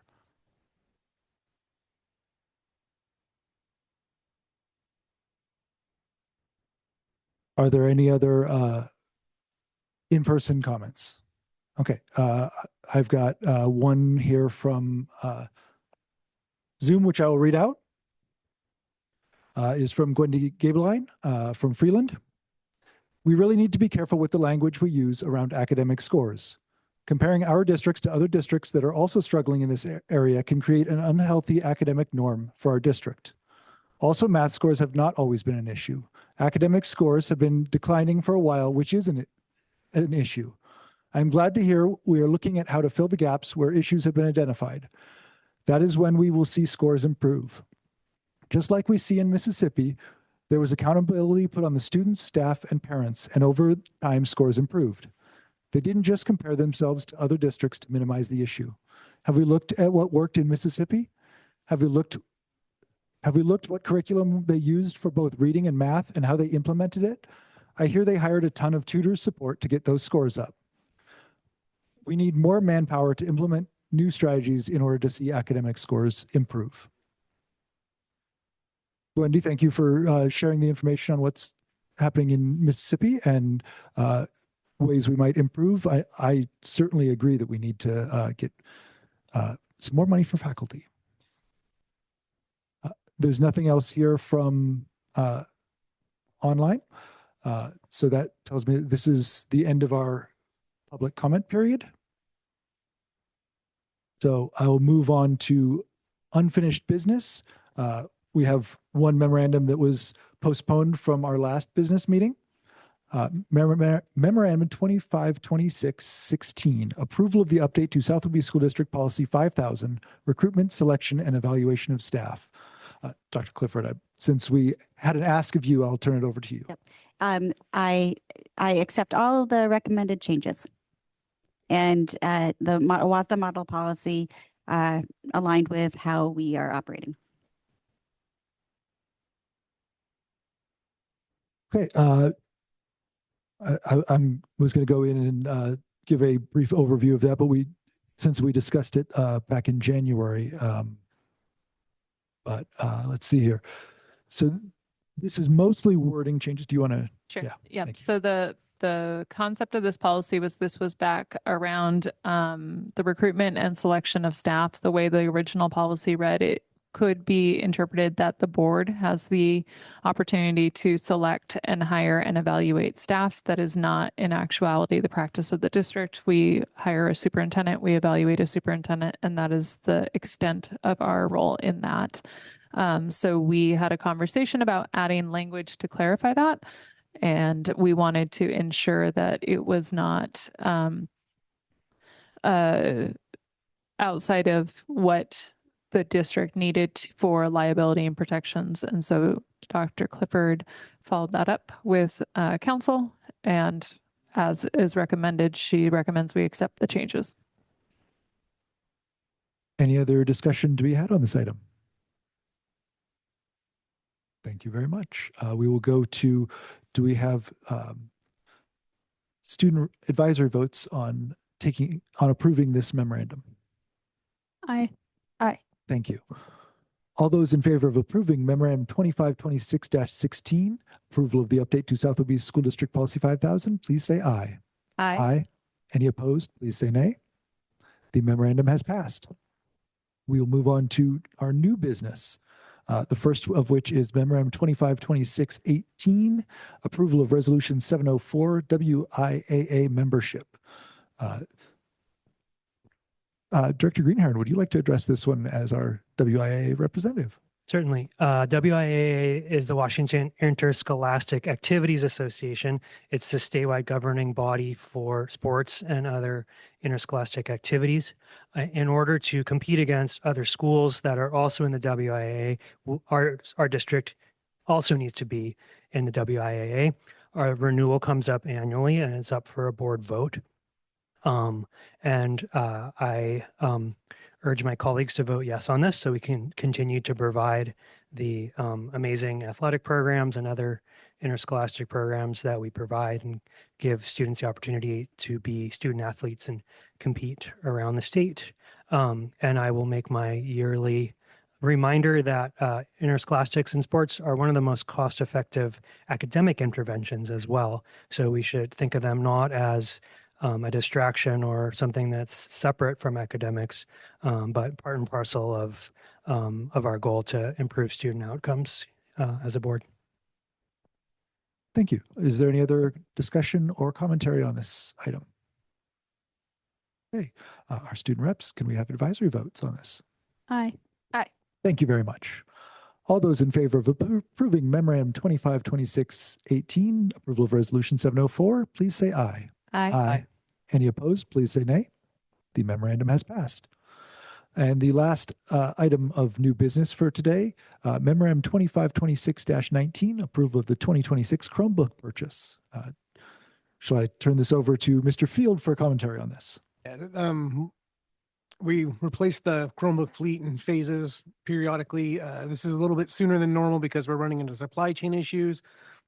Starting this year, we were really tight on Chromebooks. We had an order come just in time to get them out there, and we've been actively cobbling together some of the old ones, dedicating some personnel time to be able to send them out to get refurbished. So running up against the chance of not being able to get these, it's pertinent that we get this order in as soon as we can to get in line. Because as Ian has pointed out here, AI technologies and stuff on Chromebooks has really put a strain on the demands for the raw materials to make a Chromebook. So it's getting in line, and hopefully they get here as he's prescribed in his memo here. Thank you. Any comments or questions on this item? I appreciate the forward-looking to make sure that we don't run, or to limit the amount that the rise of AI can affect how our students are getting access to electronics. Thank you. Yeah, and we looked in to make sure that there wasn't going to be like a new Chromebook version in between, like we wouldn't be missing by waiting, getting the latest and greatest. Like they're not planning to change fundamentally the Chromebook model. So we're not jumping the gun in that sense. We should be still getting what would be available. We're just hoping to get in line so they can get here. Excellent. Thank you. Student representatives, can we have an advisory vote on Memorandum 252619? Aye. Thank you very much. All those in favor of approving Memorandum 2526-19, approval of the Chromebook purchase, please say aye. Aye. Any opposed, please say nay. The memorandum has passed. Question. Yes. I'm noting that we are at 8:30, which means we've been going for 2.5 hours. We have the financial report and the enrollment report, superintendent board comment. I'm wondering if Dr. Clifford, if you would be opposed to excusing our administrators for their early day, should they want to? I already sent them a message letting them know that they could Okay. be So excused. I asked them to quietly leave if they'd like to. yes, please feel free.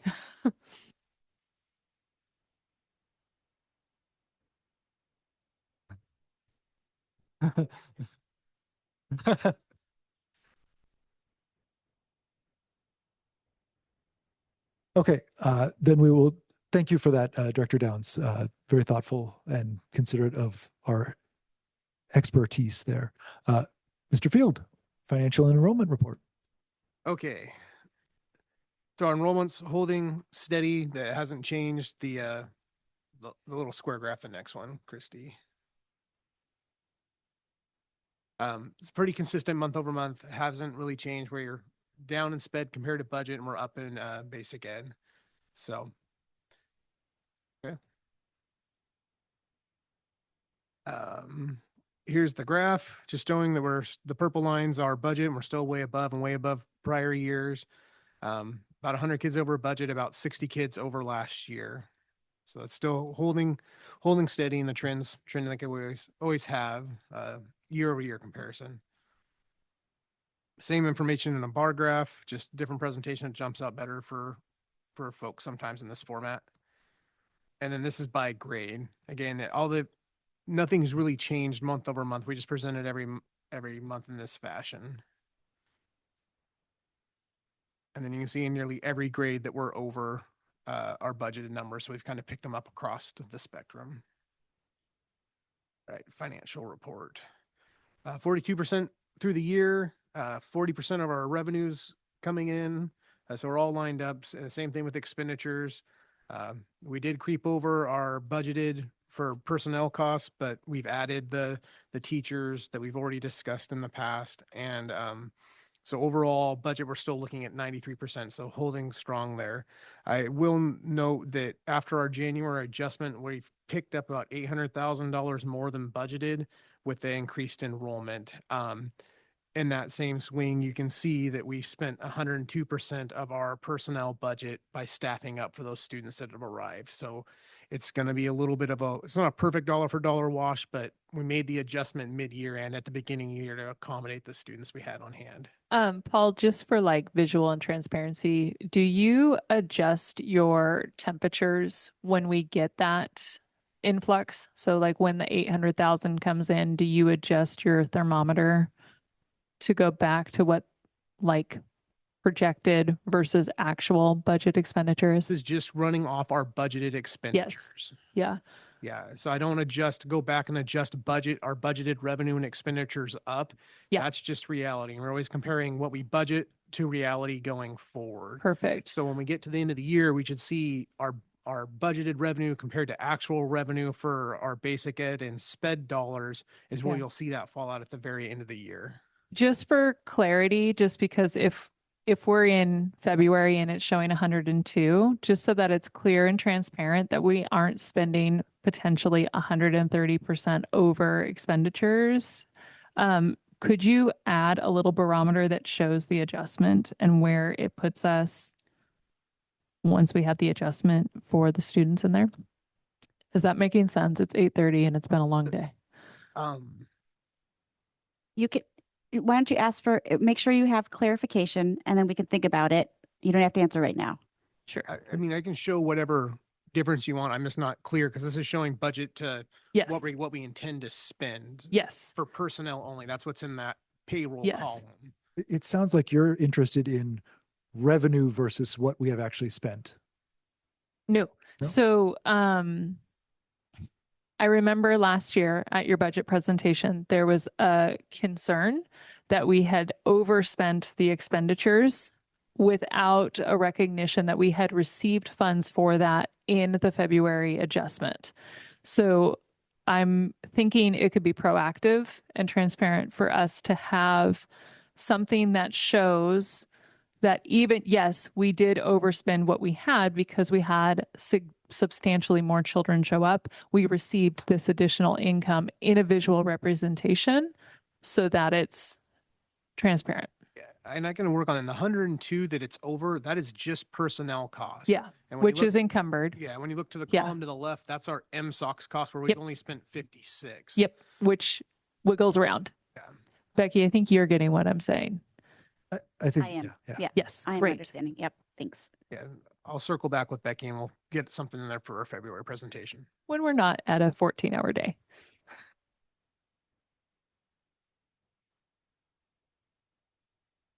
So this is revenue and expenditure by month. It's just following our historical trend. We're pretty consistent when we take revenue and expenditures in their entirety.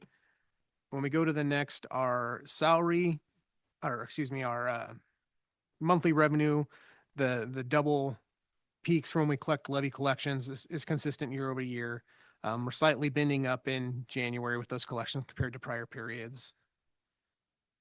Revenue by source, more state and local revenue and special purpose revenue.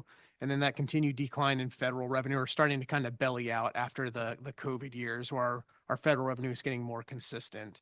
Our local tax non-support is a combination of rental revenue and good interest rates is what's helping keep that ticking up.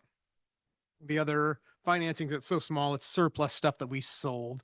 And this graph is showing activity from September to January, year over year comparison. So it's just showing that same time band for each calendar year or each fiscal year.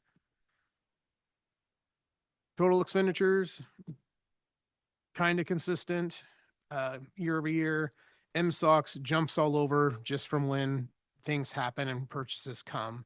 It's falling a little more in line. We had some outlying events last year that caused that blue line to jump up as high as it did at the beginning of the school year.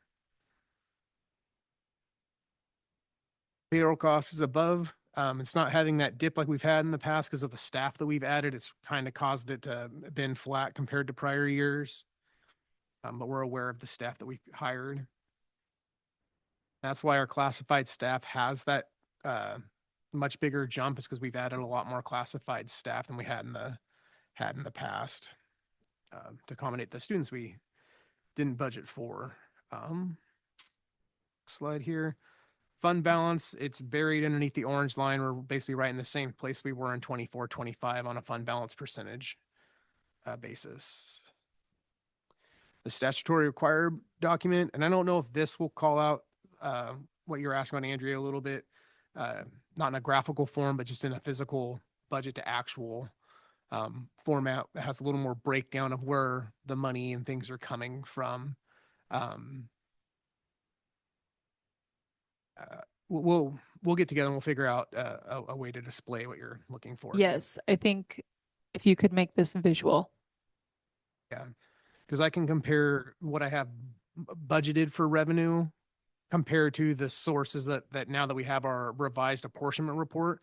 Yeah. Which and- still will change as our average FTE changes through the year, but I Yep. could do it for February. This is what we had budgeted, and this is the category coming off the apportionment report. So it shows how much we should get paid for the year, and do that side by side on Yeah. that. And not to make it too much of a monster, but I think it's also helpful for people to see where the funding came in, so that if there's a wonder about why it wasn't spent in a certain category, that could be clarified, because it may not be allowed to be. Okay.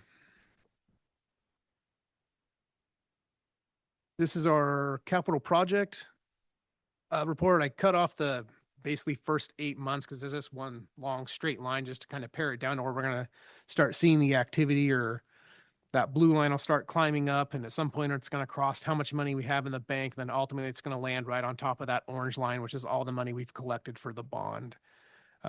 So that'll start to pick up more and more as construction continues on. I heard today that on the back side of what's called Building C, which is the most north end, they've started putting on the vertical panel. So that should start coming around the corner this week. So probably by the end of next week, we'll actually start seeing that north end that was blue and is now green. Well, actually, what is the finished product going to look like? So that's exciting. When we heard that today, that they've got that going. They dug out the berm against the building today, so that's gone off the high school. And they cut in the new windows in that classroom that are right there by that entryway. So they've taken that berm away so we can put windows in and make that a more visible classroom conference space. So they're active down there at the high school for sure. And this is just the other funds. Should have a bus payment coming up soon. We're evaluating a bus that we recently got to see if it's going to meet our needs. We're looking into that, to possibly swapping it out to something more mid-sized. It arrived and it's not quite as big as we thought it was going to be. So we're working with the vendor to see if there's something we can do to get something that's more going to fit our current needs. So we'll still pay for that bus, but it may ultimately get traded in on something that's more appropriate for our current needs. With that, are there any questions? No, thank you very much. We'll now turn to our superintendent report, I believe is next. Yes, Dr. Clifford. I think we're going to just go to the February report. Thank you. And we'll start.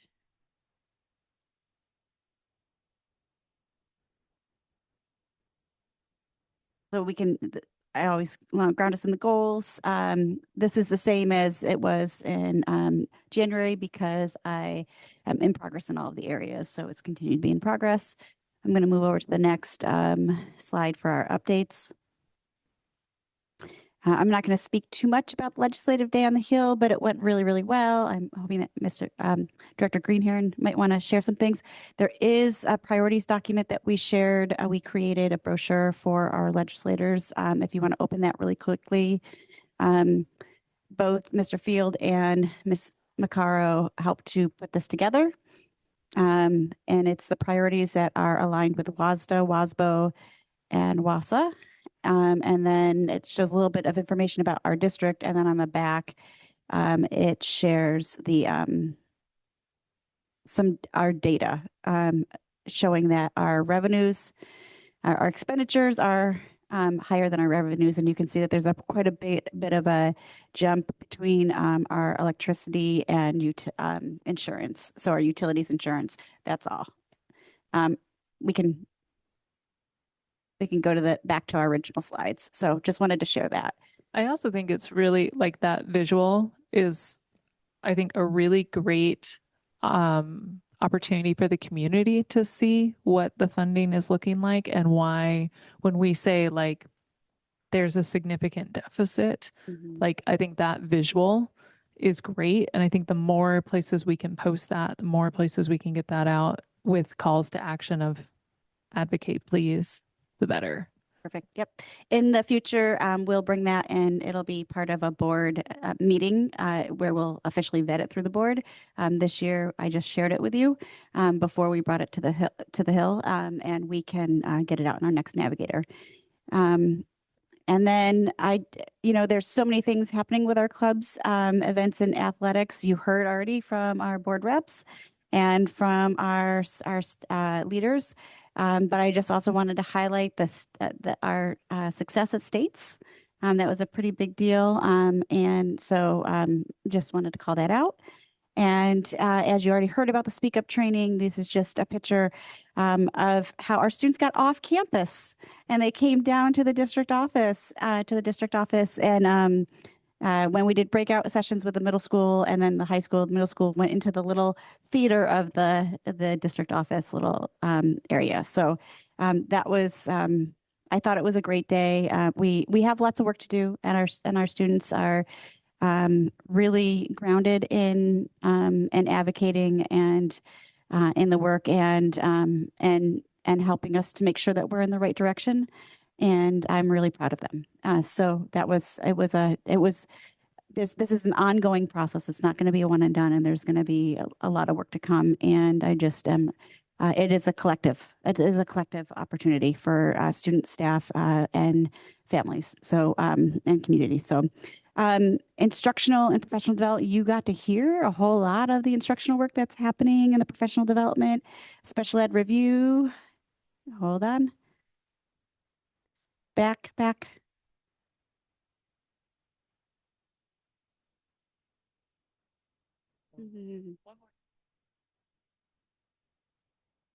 I wasn't done with the original slide that I was on. Okay, thank you. Special ed review. We're going to talk, and if there's time on the March workshop, on the March business meeting, we have an opportunity to get a presentation. So that special ed review is almost done. And then principal hiring. On Tuesday, we had a comprehensive interview process, high quality candidates.